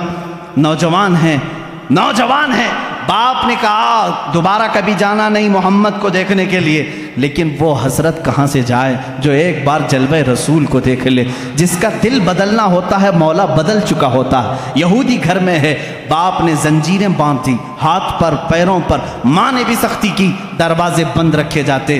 اس حال میں اس نوجوان کو بیماری پکڑ لی، گھر سے باپ بھی نہیں بھیجتا، ماں بھی نہیں بھیجتی، بیمار ہو گیا، زنجیریں کھولی، اکلوتا بیٹا تھا یہودی ماں باپ کا، لیکن کٹر دشمن رسول تھے، نہیں جانے دیتے تھے۔ نوجوان بیمار ہو گیا، بیمار کا علاج بھی کرایا گیا، حکیم آئے، طبیب آئے، لیکن بیماری بڑھتی ہی گئی، اس لیے کہ یہ وہ بیماری ہے جس کا علاج بھی نہیں ہے۔ اعلیٰ حضرت رضی اللہ تعالیٰ عنہ نے فرمایا ہے، جان ہے عشق مصطفیٰ روز فزوں کرے خدا، جس کو ہو درد کا مزہ ناز دوا اٹھائے کیوں، پھر کے گلی گلی تباہ ٹھوکریں سب کی کھائی کیوں، دل کو جو عقل دے خدا تیری گلی سے جائے کیوں۔ یہ وہ صحابہ کا درد تھا۔ اس نوجوان نے جب بیماری شدت پکڑ لی، ماں باپ کو رحم آ گیا، ترس آ گیا۔ اب وہ وقت بھی آیا، ایک بڑے حکیم نے آ کر کے مشورہ دیا، اس کی جان بلب ہے، اس کی جان نکلنے کا وقت ہے، یہ مر جائے گا، اب یہ زندہ رہنے کی اس کے اندر کوئی بھی صورت نظر نہیں آتی۔ ماں باپ سے کہا جو کھائے کھلا دو، جو پیے پلا دو۔ حکیم چلا گیا، ماں باپ رونے لگے، جوان بیٹا ہمارے سامنے چلا جائے گا۔ اس کے پاس آئے، پوچھنے لگے بیٹا اتنا بیمار ہو گیا، معاف کر دے، ہم نے تیرے ساتھ سختیاں کی تھی، لیکن تو خوش ہو جا، تو کیا چاہتا ہے، کیا کھانا چاہتا ہے، کیا پینا چاہتا ہے؟ اس نوجوان نے کہا ایک بار محمد عربی کا چہرہ دیکھنا چاہتا ہوں صلی اللہ تعالیٰ علیہ وسلم۔ وہ ایمان لایا ہوا نہیں ہے، ایمان لایا ہوا نہیں ہے۔ اس باپ نے کہا اس کی تو حد ہو گئی، مرنے کے قریب آیا پھر بھی کہتا ہے اس کو دیکھوں گا۔ ماں نے روتے ہوئے کہا ایک بار تو بیٹے کی مان لو، کہہ دو محمد صلی اللہ علیہ وسلم کو دیکھنے کی اجازت دی جائے۔ وہ یہودی کہلا بھیجا ایک صحابی کے ذریعے کہ جاؤ محمد صلی اللہ علیہ وسلم سے کہہ دو میرا بیٹا بڑا بیمار ہے، ایک بار وہ میرے گھر آئیں، وہ دیکھنا چاہتا ہے مرنے سے پہلے۔ حضور صلی اللہ تعالیٰ علیہ وسلم، صبح کا وقت تھا، فجر کے بعد کا وقت تھا۔ حضور صلی اللہ علیہ وسلم سے جیسے ہی اس نے آ کر کے کہا، اپنے صحابہ سمیت کہے چلو ہم اس کو دیکھنے کے لیے نکلتے ہیں۔ اللہ کے نبی صلی اللہ تعالیٰ علیہ وسلم تشریف لائے اور اس یہودی کے گھر میں جب بستر کے قریب گئے، اللہ اس کی جان میں جان آ گئی۔ وہ جو بیمار، وہ جو کمزور، اپنے جسم کو حرکت نہیں دے سکتا تھا، اللہ کے نبی کو اپنے سرانے کے پاس دیکھ کر کے مسکرا پڑا، چہرے میں جان آ گئی اور حضور کو دیکھتا رہا۔ میرے آقا صلی اللہ علیہ وسلم نے فرمایا اتنی تاخیر کس بات کی، کیا اب بھی مجھے آخری رسول نہیں تسلیم کرو گے؟ اس نے کہا لا الہ الا اللہ محمد الرسول اللہ۔ میرے آقا صلی اللہ تعالیٰ علیہ وسلم نے اپنا دست مبارکہ اس کے چہرے پر رکھا تھا۔ میرے آقا کے جسم اقدس کی، دست اقدس کی ٹھنڈک پہنچی اور روح قبض عنصری سے پرواز کر گئی، وہ صحابیت کے مقام کو پہنچ گئے۔ جانتے ہیں کیسا صحابی؟ صحابی کسے کہتے ہیں جانتے ہیں؟ صحابی کسے کہتے ہیں؟ اللہ کے نبی نے فرمایا اگر میرا ایک صحابی جو کے دانے کے برابر بھی خیرات کرے اور میری امت احد پہاڑ کے برابر سونا خیرات کرے، تب بھی جو کے دانے کے خیرات کے برابر نہیں ہو سکتی۔ صحابی کے مقام کو پوری امت نہیں پہنچ سکتی۔ ارے چلو پیر پیرا میر میرا شیخ عبد القادر جیلانی سے پوچھیں، سرکار غوث اعظم سے پوچھیں، آپ بتائیں صحابی کا مقام بڑا ہے یا غوث کا مقام بڑا ہے؟ ہم تو غوث کہتے ہیں نا شیخ عبد القادر جیلانی کو۔ غوث پاک نے کیا کہا؟ ارے تو غوث اور صحابی کے مقام کی بات کرتا ہے، سن صحابی کا مقام کیا ہے۔ وہ صحابی جو رسول اللہ کے ساتھ گھوڑے پر بیٹھ کر کے جہاد میں جایا کرتے تھے، جس گھوڑے پر صحابی بیٹھتے تھے اس گھوڑے کے ٹاپ کے نیچے سے جو دھول اڑتی تھی وہاں تک بھی غوث کا مقام نہیں پہنچ سکتا۔ غوث کا مقام وہاں تک نہیں پہنچ سکتا، صحابی کے گھوڑے کے ٹاپ کے نیچے کی دھول تک اس صحابی کے مقام کو غوث نہیں پہنچ سکتا۔ اور غوث ہزاروں عبادتیں کر چکا ہے، ہزاروں ریاضتیں کر چکا ہے، لیکن آؤ اس جوان صحابی کے مقام کو تو دیکھو۔ صبح کے وقت میرے آقا تشریف لائے ہیں اور چند منٹوں کے بعد انتقال بھی ہو گیا ہے، اور صحابیت کا مقام، اور حد یہ ہے کہ پوری زندگی میں ایک نماز پڑھنے کا بھی وقت نہیں آیا۔ فجر سے ظہر کے بیچ میں ایمان لائے، فجر سے ظہر کے بیچ میں ایمان لائے اور دنیا سے چلے بھی گئے، اور مقام کون سا حاصل کیا؟ صحابیت کا، غوث سے بھی بڑا مقام۔ یہ برکت تھی صرف جلوہ رسول کو دیکھنے کی۔ انہیں نہ دیکھا تو کس کام کی ہیں یہ آنکھیں کہ دیکھنے کی ہے ساری بہار آنکھوں میں۔ اگر رسول اللہ کو نہ دیکھا تو کس کام کی ہیں یہ آنکھیں؟ میرے عزیزوں، صحابہ کے معاشرے کو میں بتا رہا تھا، آج میں اپنی گفتگو کو یہیں پر سمیٹتا ہوں اور سب کو جا کر کے یہ دعوت فکر دیتا ہوں۔ اگر جذبہ پیدا کرنا ہو تو آپ کو فلمی ہیرو اور دنیاوی کیریکٹر کو نہیں۔ آج میں اپنے نوجوانوں کو دیکھ کر کے کبھی کبھار سہم جاتا ہوں، تمہارے بال کس کی علامت ہیں؟ تمہارے کپڑے کس کی علامت ہیں؟ تم اپنے لباس کو پھاڑ کر کے پہن رہے ہو اس لیے کہ فلاں فلم میں کسی ہیرو نے کپڑے پھاڑ کر کے پہنے تھے۔ تم اپنے لباس کو دیکھو ذرا، اور تم اپنے بالوں کو لہراتے ہو کسی ہیرو کے سٹائل میں۔ تم غلام ان کے نہیں ہو، تم غلامی میں بندھے ہو رسول اللہ کی۔ تم کبھی یہ جا کر کے کیوں نہیں پوچھتے میرے آقا صلی اللہ علیہ وسلم کا لباس کیا تھا؟ چلو وہ اگر لباس نہ ملے تو کم سے کم یہ تو پوچھتے میرے نبی کو کون سی شکل پسند تھی، کون سی غذا پسند تھی۔ یہ وہ صحابہ تھے جو حضور کے ہر غذا کو چن چن کر کے پسند کر کے کھایا کرتے تھے۔ حضرت عثمان رضی اللہ تعالیٰ عنہ، حضرت ابو بکر، یہ وہ صحابہ ہیں۔ دسترخوان پر ایک بار کدو آیا، لوکی شریف آئی، کسی نے کہا مجھے یہ پسند نہیں ہے، صحابی کھڑے ہوئے اور تلوار نکالی، کہا واپس لے اپنے جملے کو نہیں تو قتل کر دوں گا۔ کہا کیوں؟ کدو نہ کھائیں گے تو قتل کریں گے۔ کہا نہ کھانا نہ کھا، لیکن یہ نہ کہہ کہ پسند نہیں، اس لیے کہ یہ کدو میرے نبی کو پسند ہے، میں برداشت نہیں کر سکتا اس چیز کو۔ وہ صحابہ کا ایمان تھا۔ صدیق اکبر کے بیٹے کہتے ہیں میں کافروں کی طرف سے آیا تھا جنگ بدر میں، آپ حضور کی طرف سے آئے تھے، بعد میں وہ ایمان لائے۔ وہ بیٹے کہتے ہیں آپ 3 بار میری تلوار کے نیچے آ گئے تھے لیکن میں مارا نہیں، آپ باپ تھے۔ صدیق اکبر کہتے ہیں قسم خدا کی اگر تو ایک بار بھی آتا تو میں کاٹ دیتا، اس لیے کہ تو آیا تھا دشمنان رسول کے ساتھ۔ یہ صحابہ کا ایمان تھا۔ حضرت عمر رضی اللہ تعالیٰ عنہ راستے سے جا رہے ہیں، ایک بار درخت کے نیچے سے اپنا امامہ اس میں لٹکانے لگے، اچھل اچھل کے گھوڑے پر بیٹھے تھے۔ لوگوں نے کہا یہ کیا ماجرا ہے، امامہ لٹکا رہے ہیں اس پر۔ حضرت عمر کہتے ہیں ایک بار میں نبی کے ساتھ یہاں سے جا رہا تھا، یہ درخت کی ٹہنی تھوڑی نیچے لٹک رہی تھی، میرے آقا کا امامہ اس میں الجھ گیا تھا، حضور کا امامہ کھل گیا، میرے آقا نے پھر سے اس کو باندھا اور چلے گئے۔ آج میں یہاں سے گزر رہا تھا، ٹہنی اوپر ہے لیکن میں چاہتا تھا کہ نبی کی ادا پر عمل کر لوں، حضور کی ایک ادا بھی چھوٹنے نہ پائے۔ امام احمد بن حنبل نے کہتے ہیں مجھے تربوز بہت پسند تھا، کلنگڑ بہت پسند تھا، اور میں نے سنا ہے کہ حضور نے بھی کھایا ہے، میرے آقا صلی اللہ علیہ وسلم نے بھی تناول فرمایا، لیکن زندگی بھر خالی دیکھتے تھے اور کھائے نہیں۔ پوچھا لوگوں نے کیوں نہیں کھاتے، آپ کو معلوم ہے آپ کو بھی اچھا لگتا ہے، حضور نے بھی کھایا ہے۔ کہتے میں انتظار میں وہ حدیث ڈھونڈ رہا ہوں، ابھی تک حدیث نہیں ملی حضور نے اس کے کتنے ٹکڑے کر کے کھائے تھے۔ یہ ان کا ایمان تھا۔ میرے عزیزوں، حضور صلی اللہ تعالیٰ علیہ وسلم کی ایک ادا بھی ان سے چھوٹنے نہ پاتی تھی۔ آج ہماری زندگی بھی دیکھ لو، ہمارے اپنے جسم، کیا کوئی ہم سے یہ کہے گا یہ ترجمان رسول ہے، یہ محمد عربی صلی اللہ علیہ وسلم کا غلام ہے؟ تمہاری ذات میں وہ چیزیں کہاں چلی گئیں؟ آج دنیا پھر تم سے دیکھ رہی ہے، پوری دنیا کو آج پھر سے ثابت کر کے بتاؤ، جو جان مانگو تو جان دے دیں، جو مال مانگو تو مال دے دیں، مگر یہ ہم سے کبھی نہ ہوگا نبی کا جاہو جلال دیتے۔ ہم اپنے نبی کی امانتوں کے سفیر ہیں، ہم امین ہیں اپنے نبی کے اخلاق کے۔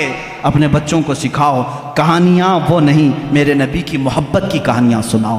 رسول اللہ سے صحابہ جو ٹوٹ کر کے چاہتے تھے، محبت کرتے تھے، وہ واقعات سناؤ، پھر دیکھنا تمہارا بیٹا کبھی بزدل نہیں پیدا ہوگا، کبھی بزدل نہیں ہوگا۔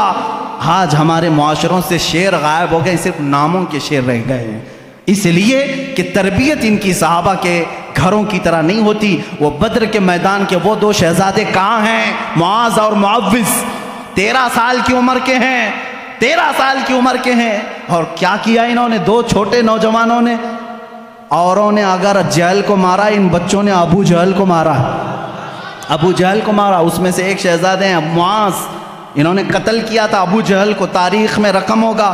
ایک کسان صحابی کے بیٹے تھے یہ 2، 13 سال کی عمر کے، دونوں بھائی ہیں، دونوں نے گرا کر کے مارا سردار قریش کو۔ ابو جہل کے آخری الفاظ کیا تھے معلوم ہے؟ وہ کہتا ہے مجھے غم ہے اس بات کا کہ مجھ جیسا سردار ایک کسان کے بچوں سے مارا جا رہا ہے، مجھے موت کا ڈر نہیں۔ لیکن اس صحابی کے درجے کو دیکھو، جذبے کو دیکھو۔ حضرت معاذ، ان کے کندھے پر ایک کافر نے تلوار مار دی، کندھا لٹک کر کے چمڑی سے لٹک گیا، مونڈھا کٹ گیا، بغل کی چمڑی سے لٹک گیا، لیکن اس شہزادے کا جوش ٹھنڈا نہیں، دوسرے ہاتھ میں تلوار لی، ہاتھ لٹک لٹک کے سامنے آتا تھا، بائیں ہاتھ سے میدان میں آتے تھے۔ 13 سال کا بچہ ہوتا کیا ہے؟ 13 سال کی عمر کا بچہ بائیں ہاتھ میں تلوار لے کر کے آ رہا ہے۔ صحابہ کہتے ہیں ایک منظر ہم نے یہ بھی دیکھا کہ اس 13 سالہ بچے نے بیچ میدان میں اپنا یہ ہاتھ اپنے پیر کے نیچے دبا کے کھینچ کے نکال دیا، جو چمڑی سے لٹک رہا تھا، اور پکار کر کے کہا مجھے اس ہاتھ کی ضرورت نہیں جو اللہ کی رضا میں خلل اندازی کر رہا ہو۔ بار بار لٹک کر کے باہر آتا ہے۔ کبھی تم نے یہ سوچا کہ مجھ سے اور میرے رب سے کون سی چیزیں ہیں جو مجھے روک کر کے رکھی ہیں؟ کون سی وہ چیزیں ہیں جو خلل اندازی کر رہی ہیں مجھے رب کی عبادت کرنے سے؟ یہ انٹرنیٹ ہے، یہ گانے بجانے ہیں، کیا تمہیں روک نہیں رکھے مسجدوں سے؟ وہ بچے نے ہاتھ توڑ کے نکال دیا، لٹک رہا ہے، مجھے اللہ کی رضا حاصل کرنے میں خلل پیدا کر رہا ہے۔ تم نے اپنے کانوں سے گانے تک نہیں نکالے آج تک۔ آج میں سمجھتا ہوں اس محفل میں عہد کر کے جاؤ، یا رسول اللہ میں ٹوٹ کر کے آپ سے محبت کرتا ہوں، میں اس جماعت میں ہونا چاہتا ہوں قیامت کے دن جس جماعت کو میرا مولا یہ کہے یہ وہ امت کے غیور نوجوان ہیں جنہوں نے اپنے کانوں کو دنیا کے گانوں سے بچایا تھا، دنیا کے نغموں سے بچایا تھا۔ اے نوجوانوں، غلیظ گانے سننا چھوڑ دو، غلیظ باتیں سننا چھوڑ دو، غلیظ معاشرے میں بیٹھنا چھوڑ دو، زبان کو پاک کرو۔ کیا ہوگا اس کا اجر؟ قیامت کے دن ان کو مولا فرمائے گا یہ سب کو لاؤ، یہ صرف نعت رسول سنتے تھے، قرآن سنتے تھے، ان کو لاؤ یہ گانے نہیں سنتے تھے۔ اللہ فرمائے گا اپنے نبی داؤد علیہ السلام کو کہا کہ ان کو سناؤ آپ اپنی زبان سے، ان کی زبان سے جو سنیں گے 100 سال تک سنیں گے۔ اللہ پوچھے گا اے بندو کیا خوش ہو گئے؟ وہ کہیں گے مولا اور سننا چاہتے ہیں۔ محشر کے دن پھر اللہ رب العزت جنت میں ان کو داخل کرنے کے بعد حوران جنت سے کہتا ہے اب تم اپنی آواز سے ان کو نغمے سناؤ۔ یہ اپنے کانوں کو گانوں سے بچاتے تھے، 100 سال تک حوریں سناتی رہیں گی۔ بعد میں مولا پوچھے گا اے بندے سیراب ہو گئے، خوش ہو گئے؟ اپنے کانوں کو تم نے دنیا میں بچایا تھا، آج میری جنت کی حوروں نے تمہیں نغمے سنائے ہیں، خوش ہو گئے؟ وہ بندے کہیں گے کاش ہم بھی ان بندوں میں ہوں۔ مولا سے کہیں گے مولا اور بھی سنایا جاتا تو اچھا ہوتا۔ اب رب فرماتا ہے داؤد علیہ السلام سے 100 سال سنایا گیا، حوران جنت سے 100 سال سنایا گیا۔ اے فرشتوں حجابات ہٹاؤ، میں سناتا ہوں، یہ بندے سنیں گے۔ رب تبارک و تعالیٰ خود اپنی حمد سنائے گا اور یہ بندے سنیں گے، وہ لوگ سنیں گے جو عشق رسول کے نغمے آج کانوں سے دنیا میں سنتے تھے۔ غیور نوجوانوں، تمہارے لیے یہ دنیا کی خرافات نہیں بنی ہیں، تمہارے لیے شراب نہیں بنی، تمہارے لیے زنا کے اڈے نہیں، تمہارے لیے جوے کے پتے نہیں، تمہارے لیے لڑکیوں کے حسن و جمال کے دھوکے نہیں، بلکہ میں سمجھتا ہوں وہ حسن کیا تمہیں بہکا سکے گا دنیا کا جس کی آنکھوں میں جمال مصطفیٰ بسا ہو۔ آج بھی تم کھڑے ہو کر کے یہی اعلان کرو جو صحابہ کہتے تھے یا رسول اللہ جب تک بکے نہ تھے تو کوئی پوچھتا نہ تھا، جب تک بکے نہ تھے تو کوئی پوچھتا نہ تھا، تم نے خرید کر ہمیں انمول کر دیا ہے، ہم انمول ہیں اور رسول اللہ کے ہیں۔ ہم کس کے ہیں؟ اللہ کے رسول کے ہیں، اور ساری دنیا اللہ کے رسول کے لیے بنائی گئی ہے، ساری چیزیں میرے آقا کے لیے بنائی گئی ہے، تو ہم کس کے لیے ہیں؟ رسول کے لیے ہیں۔ اسی پر میں گفتگو ختم کرتا ہوں جو امام اہل سنت فاضل بریلوی نے ہمیں تعلیم دی ہے۔ زمین و زمان تمہارے لیے، چنین و چنا تمہارے لیے، مکین و مکان تمہارے لیے، بنے دو جہاں تمہارے لیے، دہن میں زباں تمہارے لیے، بدن میں ہے جان تمہارے لیے۔ یا رسول اللہ ہم آئے یہاں تمہارے لیے، اٹھے بھی وہاں تمہارے لیے، خلیل و نجی مسیح و صفی سبھی سے کہیں نہ بنی۔ یا رسول اللہ یہ بے خبری کی خلق پھری کہاں سے کہاں تمہارے لیے، اشارے سے چاند چیر دیا، چھپے ہوئے خور کو پھیر دیا، گئے ہوئے دن کو عصر کیا، یہ تاب و تواں تمہارے لیے۔ اخیر میں امام اہل سنت یہ پیغام دیتے ہیں صبا وہ چلے کہ باغ پھلے، وہ پھول کھلے کہ دن ہوں بھلے، لوا کے تلے جھنڈا ہوگا میرے آقا کے ہاتھوں میں، لوا کے تلے ثنا میں کھلے ہم سب کی زباں یا رسول اللہ تمہارے لیے۔ وآخر دعوانا الحمدللہ رب العالمین۔